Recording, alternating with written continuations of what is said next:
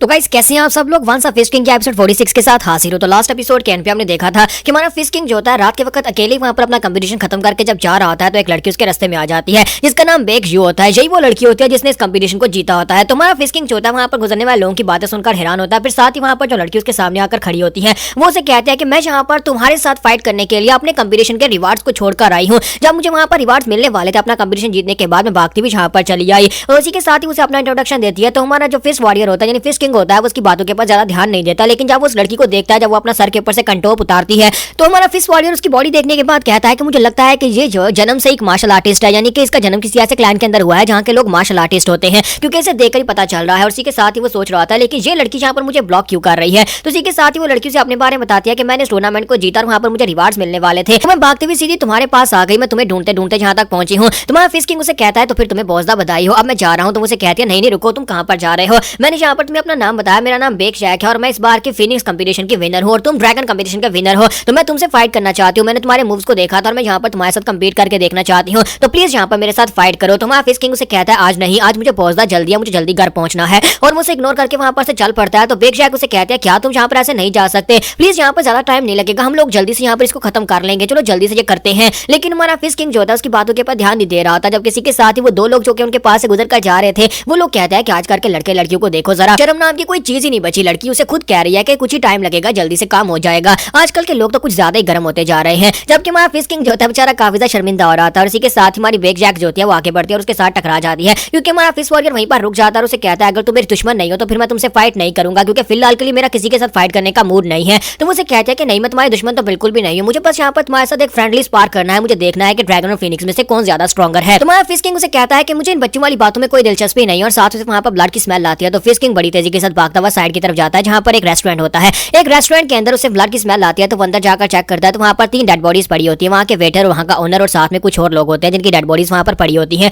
वहाँ fish king उनको check करता है, चेक करने के बाद से पता चलता है कि इनकी डेड बॉडीज यानी एक दिन पुरानी है, कल जब इनका टूर्नामेंट हो रहा था कल जहाँ पर इन लोगों को मारा गया होगा। और साथ ही उनको मारने का तरीका इतना ब्रूटल था कि वो लोग धीरे धीरे यहाँ पर दर्द के साथ मरे, किसी ने जानबूझकर यहाँ पर उनको इस तरह से इतनी बुरी तरह से मारा है ताकि वो यहाँ पर दर्द में मरे। तो बेक जैक भी भागती वहाँ पर उसके पीछे आती है और आकर ये सब कुछ देख रही होती है और कहती है लेकिन यहाँ पर ये सब कुछ किसने किया होगा, ऐसे लगता है कि हम दोनों के अलावा यहाँ पर अभी तक कोई भी नहीं आया जब से यहाँ पर मर्डर्स हुए हैं। तो हमारा फिश किंग जो होता है वहाँ पर उनकी बॉडीज को पूरी तरह से चेक करने के बाद उनको एग्जामिन करने के बाद कहता है किसी कमीने ने जानबूझकर ये सब कुछ किया है और ये सब कुछ जो कुछ भी हुआ है ये किसी ऐसे बंदे का काम है जो कि यहाँ का नहीं है, क्योंकि ऑर्थोडॉक्स और अनऑर्थोडॉक्स जो तरीके होते हैं वो ऐसे बिल्कुल भी नहीं। ऑर्थोडॉक्स फैक्शन के लोग और अनऑर्थोडॉक्स फैक्शन के लोग कभी भी किसी को इतने बुरे तरीके से नहीं मारते, वो भी सिर्फ एंजॉयमेंट के लिए, क्योंकि इन लोगों को देखकर पता चल रहा है कि इनको एंजॉयमेंट के लिए मारा गया होगा, किसी ने इनको यहाँ पर खास तौर पर टारगेट नहीं किया। तो मुझे लगता है कि यहाँ पर डिमोनिक कार्ड्स को यूज किया गया है। तो फिश किंग जो होता है ये सोचने के बाद बड़ी तेजी के साथ साइड के ऊपर भागना स्टार्ट करता है। तो हमारा फिश किंग जो होता है वहाँ पर से भागकर साइड के ऊपर जाता है, उसे लगता है कि यहाँ पर कोई ना कोई क्लू जरूर मिलेगा और वो कहता है कि डिमोनिक मास्टर्स यहाँ पर, मुझे लगता है कि वही ये सब कुछ कर रहे हैं। तो यही बात नेक्स्ट सीन एक साथ वाले टैवरन का दिखाया जाता है जहाँ पर एक एस्कॉर्ट एजेंसी के लोग होते हैं। तो एक शब्द उनका जो यंगेस्ट सोल्जर होता है वो बाहर से कुछ नोटिस करने के बाद अंदर जाता है और उनसे जाकर कहता है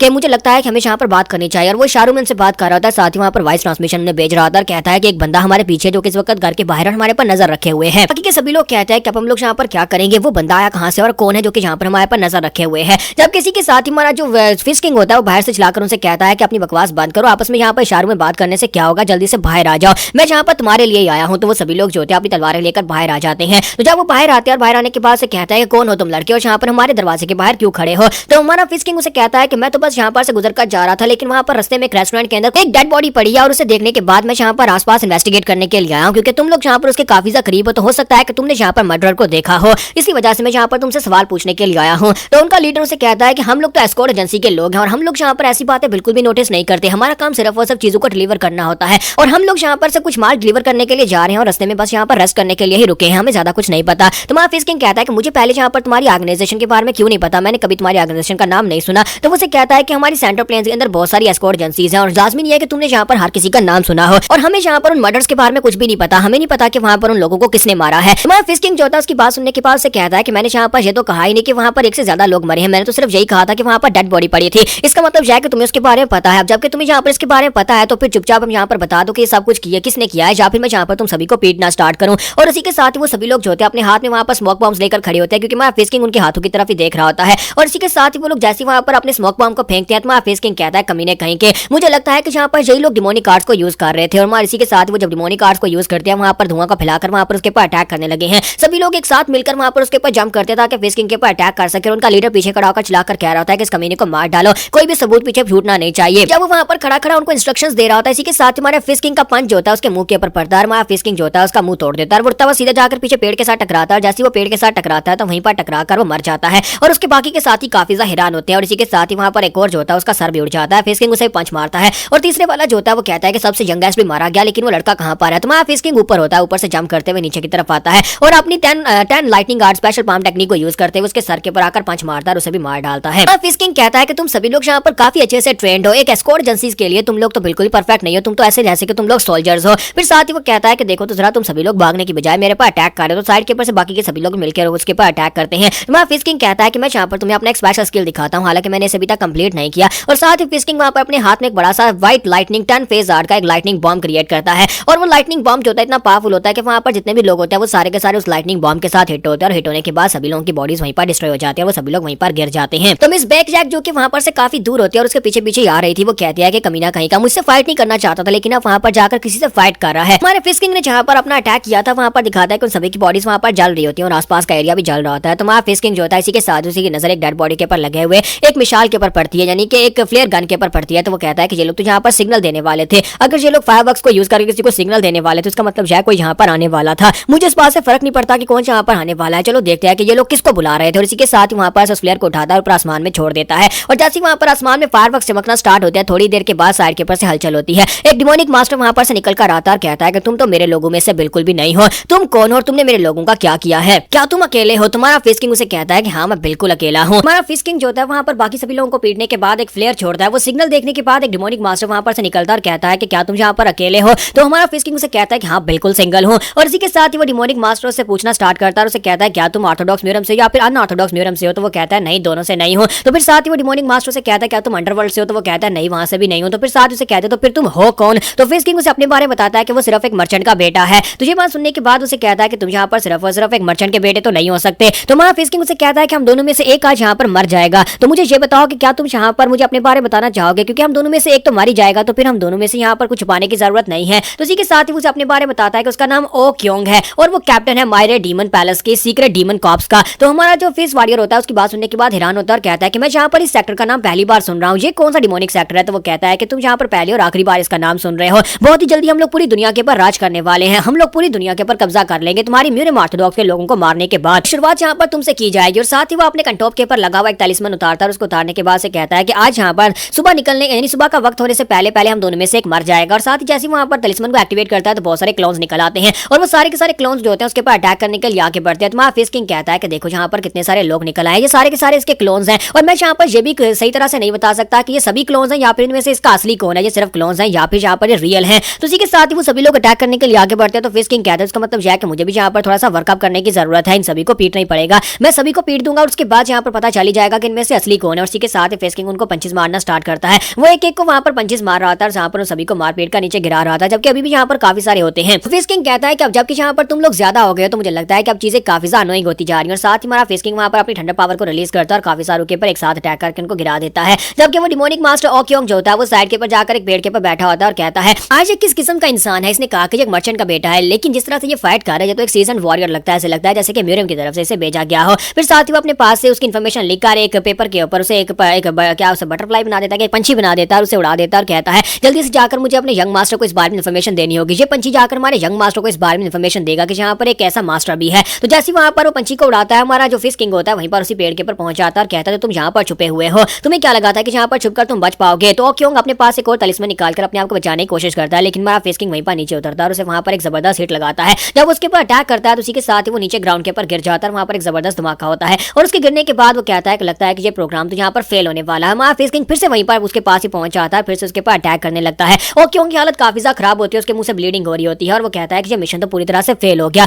इसका मतलब यह है कि आज का मिशन यहाँ पर पूरा नहीं हो सकता। लेकिन हर यंग मास्टर को तो इस बारे में पता चल ही जाएगा कि ये मिशन कैसे फेल हुआ है। जबकि मैं जहाँ पर मरने वाला हूँ तो फिर मैं जहाँ पर अपने एक काम तो करके मरूँ, मैं अपने यंग मास्टर के एक दुश्मन को कम करके मरूंगा। और इसी के साथ ही वो अपनी तलवार उठाता है और कहता है कि ये मेरी रिस्पॉन्सिबिलिटी है कि इस मिशन में कम से कम थोड़ा बहुत अपना योगदान दूं। और इसी के साथ उसका एक क्लोन जो होता है वो आगे निकलता है, हमारे फिश किंग के दोनों पंचेस को वहाँ पर ब्लॉक करता है, यानी उसके हाथ पकड़ लेता है। उसके हाथ पकड़ने के बाद पीछे जो रियल ओक्योंग होता है वो अपनी तलवार लेकर आगे बढ़ता है और अपनी क्लोन के सर के अंदर दंसा देता है, जहाँ पर से वो तलवार उसके सर के आर पार होकर सीधी हमारे फिश किंग की तरफ आगे बढ़ती है। और जब वो तलवार हमारे फिश किंग के करीब पहुंचता है वो हंस रहा होता है और उसे कहता है मैं यहाँ पर अपने यंग मास्टर और अपने डिमोनिक सेक्टर के लिए सब कुछ कर मैं अपना बलिदान दे दूंगा, लेकिन तुम्हें अपने साथ लेकर मरूंगा। तो जैसी वो तलवार जो होती है हमारे फिश किंग की आंख के करीब पहुंचती है, इसी के साथ ही वहां पर हमें सब कुछ ब्लैक करके दिखाया जाता है और साथ ही दिखाता है कि तलवार टूट जाती है। तो इस बात से वो भी काफी ज्यादा हैरान होता है और क्यों कहता है ये कैसे हो गया, तलवार कैसे टूट गई। तुम्हारे फिश किंग ने अपने दांतों के साथ उस तलवार को पकड़ लिया था और अपने दांतों के साथ उस तलवार को तोड़ दिया। तो फिश किंग उसे कहता है कि मैं यहाँ पर एक दूसरी जिंदगी में रीइंकार्नेट हुआ हूँ, सिर्फ इसलिए नहीं कि तुम्हारे जैसा कोई कमीना एक छोटे मोटे डिमोनिक सेक्टर का लोग यहाँ पर आए और आकर ये कहे कि वो लोग इस दुनिया के ऊपर राज करना चाहते हैं। मैं यहाँ पर इतनी आसानी से तुम्हारे जैसे कमीने लोगों को इस दुनिया के ऊपर राज करने कैसे दे सकता हूँ जिसमें मैं दोबारा जिंदा हुआ हूँ। और साथ ही वहाँ पर टूटी हुई तलवार का टुकड़ा पकड़ता है और उसे उसके सर के अंदर दंसा देता है और कहता है कि अब चुपचाप यहाँ पर मर जाओ और उसके बाद तुम्हारे उस यंग मास्टर की बारी है जिसके बारे में तुम बात कर रहे थे। तुम्हारा फिश किंग उस तलवार का टुकड़ा उसके सर में दंसाने के बाद साथ ही अपनी ठंडर पावर को रिलीज करता है और वहाँ पर ठंडर के साथ से जलाकर हाक कर देता है। आसमान के ऊपर से वहाँ पर ठंडर गिरती हुई दिखाई देती है और बहुत ज्यादा पावरफुल होती है। तुम्हारा फिश किंग कहता है कि मुझे लगता है कि अगर यहाँ पर एक छोटा मोटा डिमोनिक सेक्टर जो पहले यहाँ पर नहीं था वो भी यहाँ पर इस बार इस दुनिया के ऊपर राज करने का सपना देख रहे हैं। इसका मतलब है कि जब यहाँ पर रियल डिमोनिक सेक्टर के साथ मेरा सामना होगा तो फिर तो यहाँ पर काफी ज्यादा दिक्कत होने वाली है। तो उसके लिए मुझे यहाँ पर कुछ ना कुछ तो करना पड़ेगा। और हमारा फिश किंग जो होता है वहाँ पर अपनी लाइटनिंग गार्ड को अपग्रेड करने के बारे में सोच रहा था, कहता है कि मुझे जल्दी से जल्दी यहाँ पर अपनी लाइटनिंग गार्ड को बेहतर बनाना होगा। इस वक्त मैं अपनी 10 फेज लाइटनिंग गार्ड के 9th लेवल पर हूँ, मुझे 10वां लेवल भी अचीव करना होगा, वो लेवल जो कि ट्रू एनलाइटमेंट का लेवल होता है जिसमें मेरे पास अनलिमिटेड ठंडर होगी। फिलहाल के लिए मैं यहाँ पर अनलिमिटेड ठंडर को यूज नहीं कर सकता, लेकिन मुझे वो लेवल अचीव करना है इससे पहले कि यहाँ पर डिमोनिक सेक्टर के कमीने लोग फिर से आ जाए। और मुझे लगता है कि इस लाइफ में अगर मैं यहाँ पर 10th लेवल को अचीव कर लेता हूँ तो मैं फिर लाइटनिंग एम्पर बन जाऊंगा। तो इसी के साथ ही हमारा फिश वॉरियर अभी वहीं पर खड़ा होता है कि साइड के ऊपर से वही लड़की बैक निकल कर आती है और उसे कहती है कि तुम यहाँ पर हो क्या चीज, मैं कब से तुम्हारा पीछा कर रही हूँ, एक जगह पर जाते हो तुम आगे बढ़ जाते हो, फिर वहां पहुंचते हो तुम और आगे बढ़ जाते हो। साथ ही उसे बताती है कि जब मैं तुम्हारी तरफ तुम्हारा पीछा करते हुए आ रही थी मुझे ये पेपर बर्ड मिला जो कि उड़ता हुआ जा रहा था, मुझे ये काफी ज्यादा हैरान करने वाला लगा। तो फिर मैंने यहाँ पर इसका पीछा किया और इसको पकड़ लिया, मुझे लगा कि शायद ये कोई सीक्रेट मैसेज हो सकता है, इसी वजह से मैंने इसे पकड़ लिया और इसके ऊपर तुम्हारे बारे में इन्फॉर्मेशन लिखी हुई है। लगता है कि वो अपने सेक्टर में तुम्हारे बारे में सभी लोगों को इन्फॉर्म करना चाहता था। तो हमारा जो फिश किंग होता है उसे कहता है कि तुम्हारा बहुत बहुत शुक्रिया ये करने के लिए। फिर साथ उसे कहता है कि मैं यहाँ पर से जा रहा हूँ, जबकि वो उसे कहता है कि मैं तुम्हारे लिए काम किया और बदले में तुम क्या यहाँ पर इसकी कीमत नहीं चुकाओगे, तुमने अभी तक यहाँ पर मेरा जवाब नहीं दिया, मुझे तुमसे फाइट करनी है, क्या तुम मुझसे फाइट नहीं करोगे। और इसी के साथ ही यहाँ पर से नेक्स्ट सीन जो होता है हमें मायरे डिमोनिक सेक्टर का दिखाया जाता है जहाँ पर उनका यंग मास्टर और बाकी के सभी एल्डर्स बैठे होते हैं। तो इसी के साथ उनके पास एक पेपर तलिस्मन होता है, जो पेपर तलिस्मन वहाँ पर जल जाता है। सभी एल्डर्स हैरान होकर कहते हैं कि ये कैसे हो सकता है, ये पेपर तलिस्मन तो ओकियोंग की पावर को दर्शाता था, कैप्टन ओकियोंग मर गया है, लेकिन कैप्टन ओकियोंग इतनी जल्दी इतनी आसानी से कैसे मर सकता है, ये तो पूरी तरह से एक सीक्रेट मिशन था। अब हम लोग यहाँ पर क्या करेंगे, लगता है कि म्यूरियम के ऊपर राज करने का हमारा सपना रह जाएगा। जबकि उनका यंग मास्टर जो होता है उन लोगों से कहता है कि सभी लोग शांत हो जाओ, तुम में से किसी को परेशान होने की जरूरत नहीं है, लगता है कि हमें यहाँ पर अपने प्लान में थोड़े बहुत चेंजेस करने पड़ेंगे। और डिमोनिक सेक्टर है जो अपने आप को मायरे डिमोनिक सेक्टर कहता है, वहाँ पर उनका जो यंग मास्टर होता है वो उन सभी लोगों से कहता है कि परेशान होने की जरूरत नहीं है, मैं जल्दी से जल्दी यहाँ पर इसका कोई ना कोई हल निकालूंगा। तो इस एपिसोड की शुरुआत में कल्ट लीडर जो होता है वो अपने रूम में बैठा होता है, वहीं पर बैठे बैठे उसका साथी उसके पास आता है, उसे कहता है कि सर मैं अंदर आ सकता हूँ। तो वो कहता है हाँ क्यों नहीं, तुम अंदर आ सकते हो। तो वो उसे कहता है कि सर यहाँ पर अब क्या करेंगे, प्लान फेल हो चुका है, मास्टर ओकियोंग जब मारा जा चुका है और हमारी स्क्वाड के जितने मेंबर्स थे वो सारे के सारे अनआइडेंटिफाइड दुश्मन के हाथों से मारे गए हैं, अब हम लोग यहाँ पर क्या करेंगे। तो वो उसे कहता है कि ओकियोंग जो है वो मर गया, जो कि हमारे लिए काफी बड़े नुकसान की बात है। ओकियोंग एक बहुत ही कमाल का कैप्टन था, अब उसके मरने के बाद मुझे लगता है कि वो गद्दार लोग जो है वो और भी ज्यादा स्ट्रॉन्गर होते जाएंगे। मास्टर ओकियोंग जो थे वो एक बहुत ही टैलेंटेड इंसान थे, लेकिन उन कमीने गद्दारों की वजह से अब यहाँ पर हमारे सेक्टर का नाम भी खराब हो रहा है और साथ ही यहाँ पर मास्टर ओकियोंग को भी हमने खो दिया है। फिर साथ ही मुझसे कहता है कि अब जबकि यहाँ पर मास्टर ओकियोंग मर चुके हैं तो अब यहाँ पर उनकी जगह के ऊपर तुम इस सीक्रेट डीमन कॉर्प्स के लीडर बनोगे, क्योंकि अब तुम यहाँ पर वाइस लीडर हो तो तुम्हें यहाँ पर उसकी गद्दी को संभालना होगा। और ये उनकी ख्वाहिश भी थी, मास्टर ओकियोंग यही चाहते थे कि तुम यहाँ पर उनकी गद्दी के ऊपर बैठो, तो क्या तुम यहाँ पर डीमन कॉर्प्स को ऑर्गेनाइज करोगे। तो वो कहता है जी सर मैं यहाँ पर जरूर करूंगा। और इसी के साथ यंग लीडर से कहता है कि मुझे एक बात बताओ कि ऑपरेशन के फेल होने के बाद वाकई में यहाँ पर हमें इस बात से फर्क पड़ने वाला है, क्योंकि मुझे लगता है कि हमारे बहुत सारे ऐसे लोग जो कि हमारे साथ अलायंस में है, बहुत सारे सेक्टर लीडर जो हमें छोड़कर चले जाएंगे। यहीं पर से वो यंग कल्ट लीडर जो होता है यहाँ पर उन गद्दारों के बारे में बताता है कि वो किन को गद्दार कह रहा है। तो असल में यहाँ पर वो हीवनली डीमन और हीवनली स्वर्ड डीमन दोनों को यहाँ पर गद्दार कह रहा है, वही लोग जिन लोगों ने हमारे स्वर्ड किंग को मारा था, स्वर्ड किंग ने फिश किंग को मारा था, वो लोग जो कि यहाँ पर ऑर्फन थे, यानी कि वो जो थे वो यतीम बच्चे थे जिनको यहाँ पर इसके बाप ने अपने सेक्टर के अंदर लेकर आया, उन्हें पाल पोस कर बड़ा किया, उन्हें रहने के लिए जगह दी, उन्हें खाना पीना दिया, उन्हें मार्शल आर्ट सिखाई। लेकिन जब वो दोनों कमीने यहाँ पर स्ट्रॉन्गर हो गए तो उन्होंने यहाँ पर हमें छोड़ दिया, उन्होंने हमारे सेक्टर को छोड़ दिया और हमारे सेक्टर को छोड़ने के बाद अपनी यहाँ पर एक अलायंस बना ली जिसे वो लोग यहाँ पर हीवनली स्वर्ड अलायंस कहते हैं। और उनकी हीवनली स्वर्ड अलायंस के अंदर उन लोगों ने अपने काफी सारे नए लोगों को ज्वाइन करवाया और ऊपर से वो इतने स्ट्रॉन्गर होते जा रहे हैं कि उन्होंने यहाँ पर किंग लेवल के जितने मार्शल आर्टिस्ट थे म्यूरियम अलायंस के अंदर उन सभी को मारना शुरू कर दिया, जिसमें फिश किंग और इसके अलावा यहाँ पर और कुछ किंग्स शामिल हैं। मैं यहाँ पर उन कमीनों को हराना चाहता था इस फाइट में, इसी वजह से मैंने यहाँ पर मास्टर ओकियोंग से कहा था कि हम लोग भी यहाँ पर अपनी चाल चलते हैं और उनको दिखाते हैं कि हम लोग उनसे कम नहीं है। लेकिन मैंने यहाँ पर इस प्रोसेस में अपने राइट हैंड मैन को खो दिया। ओकियोंग इस वक्त मर चुका है और मुझे लगता है कि ये बात वाकई में अब वाज़ेह हो चुकी है कि मैं यहाँ पर हीवनली स्वर्ड अलायंस अपने उन गद्दारों से बिल्कुल भी स्ट्रॉन्गर नहीं हूँ। और इस बात से उन्हें भी यहाँ पर काफी ज्यादा खुशी होने वाली है कि मैं यहाँ पर एक प्लान बनाया लेकिन उस प्लान में फेल हो गया। इसी के साथ उसकी बिल्ली उसके पास आती है और वहाँ पर आकर म्याऊं म्याऊं करना शुरू कर देती है। तो वो उस बिल्ली को अपनी गोद में बिठाता है, उसके सर के ऊपर हाथ रखता है और उसे कहता है हाँ जहाँ पर वो बिल्कुल तुम्हारी तरह थे, तुम्हें भी जहाँ पर मैं पाल पोस कर बड़ा कर रहा हूँ, लेकिन वो कमीने थे, वो तुम्हारे जैसे नहीं थे बल्कि वो असली डीमंस थे। मुझे लगता है कि अगर वो इसी तरह जहाँ पर मुझे धोखा देते रहे तो फिर मुझे भी जहाँ पर एक डीमन बनना पड़ेगा। अगर वो लोग जहाँ पर एक डीमन बन चुके हैं, मुझे धोखा देकर जा चुके हैं, तो फिर मुझे भी जहाँ पर एक डीमन बनकर उनके इस ग्रेटिट्यूड को वापस करना होगा, क्योंकि उन कमीने लोगों ने, मेरे बाप ने उनके ऊपर जो एहसान किया था उस एहसान को भूल चुके हैं और अब जहाँ पर हमारे खिलाफ हो चुके हैं। अब मुझे उन्हें दिखाना होगा कि हमारी माय रे डीमन पैलेस जो है वो पहले की तरह ही स्ट्रॉन्गर है, क्योंकि कभी यहाँ पर सिर्फ और सिर्फ एक ही डिमोनिक सेक्टर हुआ करता था, माय रे डीमन पैलेस सेक्टर। हालांकि हम सभी लोग यहाँ पर बचपन में एक साथ बच्चों की तरह पल पोस कर बड़े हुए हैं, लेकिन इसके बावजूद अगर वो दोनों ही कमीने यहाँ पर मुझे मारने के लिए आते हैं तो तुम्हें क्या लगता है कि क्या वो लोग मेरे पर तरस खाएंगे? क्योंकि मुझे नहीं लगता कि वो मेरे पर तरस खाने वाले हैं, उनके अंदर तरस नाम की कोई चीज ही नहीं है, वो बिल्कुल भी मेरे पर तरस नहीं खाएंगे। और अगर वो ऐसा नहीं करेंगे तो फिर मैं भी यहाँ पर ऐसा बिल्कुल भी नहीं करने वाला। मेरे पास और कोई रास्ता नहीं है, मुझे खुद यहाँ पर एक डीमन बनना पड़ेगा। और साथ ही वो अपना ब्रश उठाता है, वहां पर एक पेपर के ऊपर कुछ लिखना शुरू कर देता है और कहता है लगता है कि मुझे यहाँ पर एक लेटर भेजना ही पड़ेगा। तो वो लेटर जो होता है वो यू जोंग होंग के नाम होता है, यू जोंग होंग, जो कि यहाँ पर इस वक्त म्यूरियम अलायंस के लीडर हैं। तो अब यहाँ पर लेटर क्यों लिख रहा है हमें शायद नेक्स्ट एपिसोड में पता चले। तो यहीं पर नेक्स्ट सीन जो होता है हमें जिनियन का दिखाया जाता है कि हमारा जिनियन यानी कि हमारा फिश किंग जो होता है वो घर वापस आता है। तो जब वो घर वापस आता है तो उसका भाई जो होता है भागता हुआ आता है और कहता है कि ब्रदर क्या तुम ठीक हो, तुम इतने लेट वापस क्यों आए हो? तो वो कहता है बस कुछ हो गया था, कुछ मसला हो गया था जिसकी वजह से मैं यहाँ पर लेट वापस आया हूँ। तो वो उसे कहता है कि क्या यहाँ पर सब कुछ ठीक है? तो उसका ब्रदर उसे बताता है कि हाँ यहाँ पर सब कुछ ठीक है, मोयोंग क्लैन के प्रोटेक्टर वॉरियर्स यहाँ पर आ गए थे, उन लोगों ने आसपास के पूरे एरिया को सिक्योर किया हुआ है। और साथ ही उसे बताता है कि ओयांग क्लैन के वो यंग मास्टर जो थे वो कुछ दिन पहले यहाँ पर से चले गए थे। तो हमारा फिश किंग उसे कहता है ये तो अच्छी बात है। फिर साथ ही वहाँ पर उन्हें बताता है कि उसने यहाँ पर फिनिक्स ड्रैगन कंपटीशन को जीत लिया है। तो ये बात सुनने के बाद उसका छोटा भाई जो होता है उसे बिल्कुल भी खुशी नहीं होती, वो कहता है कमीना यहाँ पर टूर्नामेंट को भी जीत कर आ गया। जब किसी के साथ ही वहाँ पर वो सभी लोग काफी ज्यादा खुश हो रहे होते हैं, जबकि यहीं पर साइड के पर हमारा फिश किंग देखता है और कहता है कि यहाँ पर आजकल राज कुछ ज्यादा नहीं है। जब मैं यहाँ पर से गया था तब तो यहाँ पर मर्चेंट लीग के अंदर इतने ज्यादा लोग नहीं थे। तो उसका ब्रदर उसे बताता है कि तुमने तो यहाँ पर मशवरा दिया था कि हमें यहाँ पर मर्चेंट लीग एसोसिएशन बनानी चाहिए, तो मैंने यहाँ पर मर्चेंट लीग एसोसिएशन बना दिया। और इसी के साथ ही वहाँ पर एक लड़की साइड के ऊपर से निकल कर आती है और उसे ग्रीट करती है और कहती है क्या मैं आपको याद हूँ? तो हमारा फिश किंग उसे कहता है नहीं मैं मुझे नहीं याद, तुम कौन हो? तो वो उसे कहते हैं कि हाँ तुम्हें याद नहीं होगा, लेकिन हम लोग कॉटिस्कियन हाउस में मिले थे जहाँ पर तुम उस गैंग लीडर को मारने के लिए आए थे और उस गैंग लीडर को तुमने बुरी तरह से पीटा भी था और उसके बाद तुमने उसको सभी के सामने मार डाला था। वहां पर से मैं अपनी लड़कियों को लेकर आ गई, कुछ लड़कियों को मैं निकाल कर ले आई हूँ, मैंने लोगों की जान बचाई और अब हम लोग यहाँ पर तुम्हारी इस अलायंस के अंदर एक छोटी सी शॉप ऑन करते हैं। हम लोग यहाँ पर एक छोटी सी शॉप बनाकर उसको चला रहे हैं, ये सब कुछ तुम्हारी वजह से पॉसिबल हो पाया है। तो हमारा फिश किंग उसे कहता है कि अच्छा तो मेरी वजह से ये सब कुछ हुआ। तो इसी के साथ ही वो लड़की उसे कहती है हाँ तुम्हारी वजह से ये सब कुछ हुआ। और सभी लड़कियां भी उसे वहां पर थैंक यू बोलती हैं और उसे कहती हैं अगली बार जब तुम यहाँ पर हमारी शॉप के ऊपर आओगे तो हम तुम्हें बहुत ही अच्छे से ट्रीट करेंगे और तुम्हें फ्री में यहाँ पर लड़की भी मिलेगी। फिश किंग जो होता है वो अपने ब्रदर से कहता है कि तुमने तो यहाँ पर बहुत ही अच्छा काम किया है, तुमने यहाँ पर अलायंस बनाकर यहाँ पर काफी सारे लोगों को गैदर कर लिया। लगता है कि हमारा मर्चेंट लीग और भी ज्यादा, हमारी मर्चेंट ग्रुप और भी ज्यादा तरक्की करने वाला है। एसोसिएशन बनाई थी, उस एसोसिएशन का काफी ज्यादा फायदा हो रहा है। अब यहाँ पर काफी सारे लोग और नए मर्चेंट्स उन्हें आकर ज्वाइन कर चुके हैं, जिसकी वजह से उनका मर्चेंट ग्रुप पहले से भी काफी ज्यादा बड़ा हो चुका है। और वो उसे कहता है कि ये सब कुछ तुम्हारी वजह से हुआ है। उसका छोटा भाई उसे बताता है कि तुम्हारी वजह से ये सब कुछ पॉसिबल हो पाया है। सिर्फ हम लोग आसपास के मर्चेंट जो कि इस एरिया में बड़े मर्चेंट्स हैं, बल्कि हम लोग आसपास के छोटे मोटे मर्चेंट ग्रुप्स हैं, उन सभी लोगों ने भी हमें ज्वाइन किया। हम उन्हें सिर्फ और सिर्फ प्रोटेक्शन दे रहे हैं, जो कि फिलहाल के लिए तो हम दे भी नहीं रहे, लेकिन इसके बावजूद उनसे हमें काफी सारे नए गिफ्ट्स मिल रहे हैं और साथ ही हमारा मर्चेंट ग्रुप पहले से काफी ज्यादा बड़ा होता जा रहा है। तो हमारा फिश किंग उसे कहता है ये तो बहुत ही अच्छी बात है, मुझे लगता है कि तुमने यहाँ पर बहुत ज्यादा मेहनत की है, इसी वजह से मैं यहाँ पर तुम्हें थैंक यू बोलना चाहता हूँ कि तुम यहाँ पर काफी ज्यादा मेहनत कर रहे हो। तो इसी के साथ ही हाई और उसे कहता है कि चलो अजीब बात तो ठीक है, लेकिन मुझे ये बताओ कि तुम अपने साथ किन लोगों को लेकर आए, तुम्हारे पीछे ये कौन लोग हैं? तो इसी के साथ ही वो उसके पीछे देखता है तो वहाँ पर 3 लड़कियां होती है, जिसमें यहाँ पर यंग मिस बेक भी होती है। तो इसी के साथ ही यंग मिस बेक जो होती है वो आगे बढ़ती है और उन्हें वहाँ पर ग्रीट करती है और कहते हैं कि मेरा नाम बेक जैक है और मैं यहाँ पर तुम्हारे यंग मास्टर जिनियन के साथ आई हूँ, क्योंकि तुम्हारे यंग मास्टर जिनियन ने कहा था कि हम लोग घर वापस जाने के बाद यानी इस जगह के पर वापस आने के बाद करेंगे, इसी वजह से मैं इसके साथ आई हूँ। मैं इसे फॉलो करते करते यहाँ पर आ गई क्योंकि हम दोनों यहाँ पर करने वाले हैं। तो ये बात सुनने के बाद सभी लोग बहुत ज्यादा हैरान हो जाते हैं कि यहाँ पर क्या करने के बारे में बात कर रही है, कहीं ये लोग यहाँ पर टैक्स वैक्स करने की बात तो नहीं कर रहे।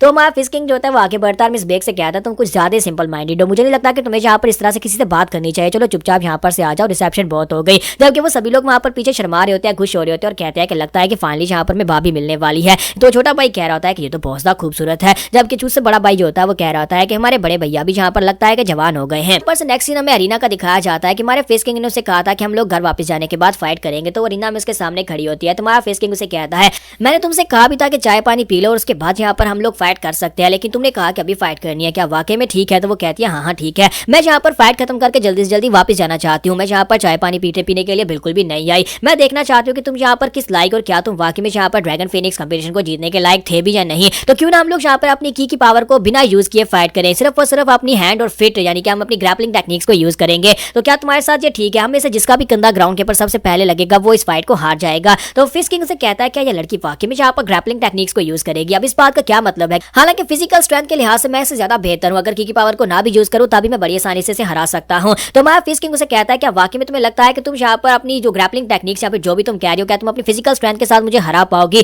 तो वो कहती है कि तुम्हें यहाँ पर मेरे कपड़ों को देखकर इस तरह से लग रहा होगा, और साथ ही वो अपने ऊपर वाले रोब को उतार देती है और उसे कहती है कि यहाँ पर ये रोब तो मैंने बस यहाँ पर इसलिए पहना हुआ है ताकि मैं अपनी बॉडी को छुपा सकूं, लेकिन असल में यहाँ पर मेरे मसल्स काफी ज्यादा अच्छे हैं। और इसी के साथ ही उसे कहते हैं तो क्या हम लोग यहाँ पर फाइटिंग को स्टार्ट करें? तो हमारा फिश किंग कहता है बेवकूफ लड़की, मैंने से कपड़े उतारने का तो बोला ही नहीं था, चलो फिर ठीक है यहाँ पर जल्दी से फाइट को स्टार्ट करते हैं, वरना यहाँ पर ये और ज्यादा कपड़े उतारना शुरू कर देगी और अपने मसल्स दिखाना शुरू कर देगी। तो इसी के साथ ही मिस बेक जो है बड़ी तेजी के साथ अटैक करने के लिए आगे बढ़ती है और हमारा फिश किंग कहता है कि ये लड़की तो कुछ ज्यादा ही फास्ट है। और जैसे हमारा फिश किंग उसके अटैक को ब्लॉक करने लगता है इतनी देर में वो उसके ऊपर चढ़ चुकी होती है, अपने दोनों पाँव जो होते हैं उसकी गर्दन के ऊपर लपेटती है और साथ ही वहां पर उसकी गर्दन को तोड़ने की कोशिश करती है ताकि उसे पीछे की तरफ गिराकर उसका कंधा लगा सके। तो मिस बेक उसे कहती है कि तुमने यहाँ पर एक सेकंड के लिए अपना गार्ड डाउन किया और मैंने यहाँ पर तुम्हें पकड़ लिया, अब तुम यहाँ पर हारने वाले हो। और जैसे ही उसे पीछे की तरफ गिराने लगती है इसी के साथ ही दिखाते हैं कि हमारा फिश किंग जो होता है उसकी दोनों टांगे पकड़ता है और उसे पकड़ने के बाद उल्टा लटका देता है और उसे कहता है क्या मैं बस यहाँ पर तुम्हें उठाकर धोबी पिछाड़ की तरह ग्राउंड के ऊपर पटक दूं? अगर मैंने तुम्हें इस तरह से पटका तो तुम्हारा मुंह टूट जाएगा और तुम्हारी नाक भी टूट जाएगी, क्या तुम्हें लगता नहीं है कि तुम्हें यहाँ पर हार मान लेनी चाहिए? तो वो कहती है प्लीज माफ करना, मुझे लगता है कि मैं फिर से यहाँ पर ट्राई करना चाहिए,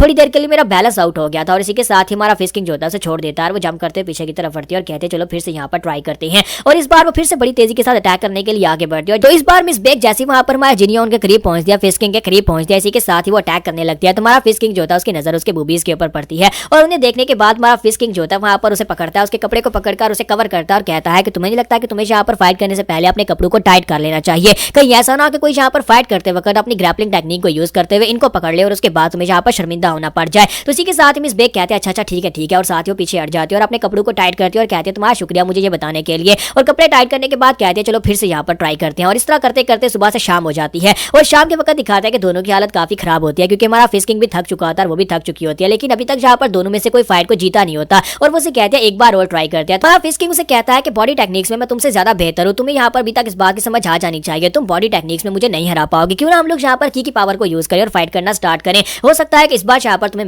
मेरे से कोई अपर हैंड मिल जाए। और साथ ही हमारा फिश किंग जो होता है वहां पर अपने 5वें पावर्स को रिलीज करता है और कहता है कि देखते हैं कि यहाँ पर की पावर में कौन फाइट को जीतता है। लेकिन जैसे वो भी यहाँ पर अपने हाथ में थंडर पावर को रिलीज करता है इसी के साथ उसके पांव फ्रीज होना शुरू हो जाते हैं क्योंकि मिस बेक जो होती है वहां पर से अपनी की पावर को रिलीज करती है और हमारा फिश किंग जो होता है उसका पांव वहां पर से फ्रीज होते होते यहाँ तक कि उसका सिर्फ सर रह जाता है, बाकी का पूरा हिस्सा जो होता है उसकी पूरी बॉडी वहां पर फ्रीज हो जाती है। तो वहां फिश किंग कहता है कि लास्ट टाइम जब इसने वहां पर उस जंगल में उस पंछी को पकड़ा था, उस पेपर वाले पंछी को, मैंने उस वक्त महसूस किया था वो बहुत ज्यादा ठंडा था, इसका मतलब यह है कि ये आईसी टेक्निक को यूज कर सकती है। तो इसी के साथ मिस बेक उसके सामने आकर खड़ी हो जाती है और कहते हैं कि मैंने पहले ही कहा था कि हम लोग की पावर को यूज नहीं करेंगे क्योंकि अगर मैं की पावर को यूज करूंगी तो फिर तुम यहाँ पर हार जाओगे और अब तुम्हें यहाँ पर इस बात का पछतावा हो रहा होगा। तुम्हारा फिश किंग उसे कहता है कि जहां तक मुझे याद है कि हमारी म्यूरियम के अंदर ऐसा कोई भी इंसान नहीं है जो कि आईसी टेक्निक्स को यूज कर सकता हो, एक्सट्रीम जिन वाली आइस टेक्निक्स को यूज करने वाले सभी मार्शल आर्टिस्ट मर चुके हैं सिवाय उन लोगों के जो कि डिमोनिक फैक्शंस है, क्योंकि सिर्फ और सिर्फ डिमोनिक फैक्शन के अंदर ही एक्सट्रीम जिन एनर्जी को यूज करने वाले आईसी टेक्निक को यूज करने वाले मास्टर्स बचे और सिर्फ वही लोग जो कि यहाँ पर हीवनली डीमन के डिसेंडेंट हैं। तो ये बात सुनने के बाद मिस बेक उसे कहते हैं कि हाँ तुमने बिल्कुल ठीक कहा, मैं हीवनली डीमन के डिसेंडेंट हूँ। अगर तुम्हें यहाँ पर हीवनली डीमन के बारे में पता है तो तुम्हें यहाँ पर मास्टर बेक मोजिन के बारे में पता होगा, मैं उन्हीं के डिसेंडेंट हूँ, इसी वजह से मैं यहाँ पर आईसी टेक्निक्स को यूज कर सकती हूँ। कि मिस बेक वहाँ पर उसे अपने बारे में बताते हैं कि वो फर्स्ट हीवनली डीमन के डिसेंडेंट है, फर्स्ट हीवनली डीमन जो कि यहाँ पर आईसी आर्ट में बहुत ज्यादा महान था, ये उसकी डिसाइपल है, उसकी डिसाइपल या उसके डिसेंडेंट है। तो मिस बेक मोजिन जो होता है उसे यहाँ पर अपनी कहानी सुनाती है और कहता है कि मुझे तो यहाँ पर कभी इस बात की समझ नहीं आई कि बेक मोजिन जो कि मेरे इंसेस्टर थे उसे यहाँ पर फर्स्ट हीवनली डीमन कहा क्यों जाता था। असल में वो यहाँ पर कभी भी एक फर्स्ट हीवनली डीमन था नहीं, लेकिन क्योंकि उसकी पावर लेवल्स जो थी वो आईसी आर्ट को यूज करता था और उसकी आईसी आर्ट को यूज करने की पावर लेवल इस हद तक बढ़ चुकी थी कि बाकी के सभी डीमन से वो ज्यादा पावरफुल था। कहा जाता है कि हमारे डीमंस में यहाँ पर हर 100 साल के बाद एक ऐसा प्रोडिजी पैदा होता है जो कि बाकी सभी से बहुत ज्यादा महान होता है, जिसकी वजह से बहुत सारे लोगों ने उसे यहाँ पर डीमन गार्ड की तरह पूजना शुरू कर दिया और उसे यहाँ पर फर्स्ट हीवनली डीमन कहना शुरू कर दिया। और उसके बाद उसके जितने डिसेंडेंट्स हैं जिनमें से मैं भी यहाँ पर हूँ, हम सभी को यहाँ पर हीवनली डीमन के डिसेंडेंट्स कहा जाने लगा। लेकिन हमारे यहाँ पर डिसेंडेंट्स में से भी किसी के पास यहाँ पर उसकी खास पावर्स हो सकती है, एक्सट्रीम जिन की पावर्स किसी किसी के पास होती है जिन्हें यहाँ पर मार्शल गार्ड कहा जाता है। और मेरे पास भी यहाँ पर उसकी एक्सट्रीम जिन की पावर्स हैं जिसकी मदद से मैं यहाँ पर एक्सट्रीम जिन के साथ एक्सट्रीम कोल्ड एनर्जी को रिलीज कर सकती हूँ। हमारा फिश किंग उसकी बात सुनने के बाद कहता है तो मुझे यहाँ पर समझ नहीं आया कि अचानक से तुम यहाँ पर क्यों आई हो,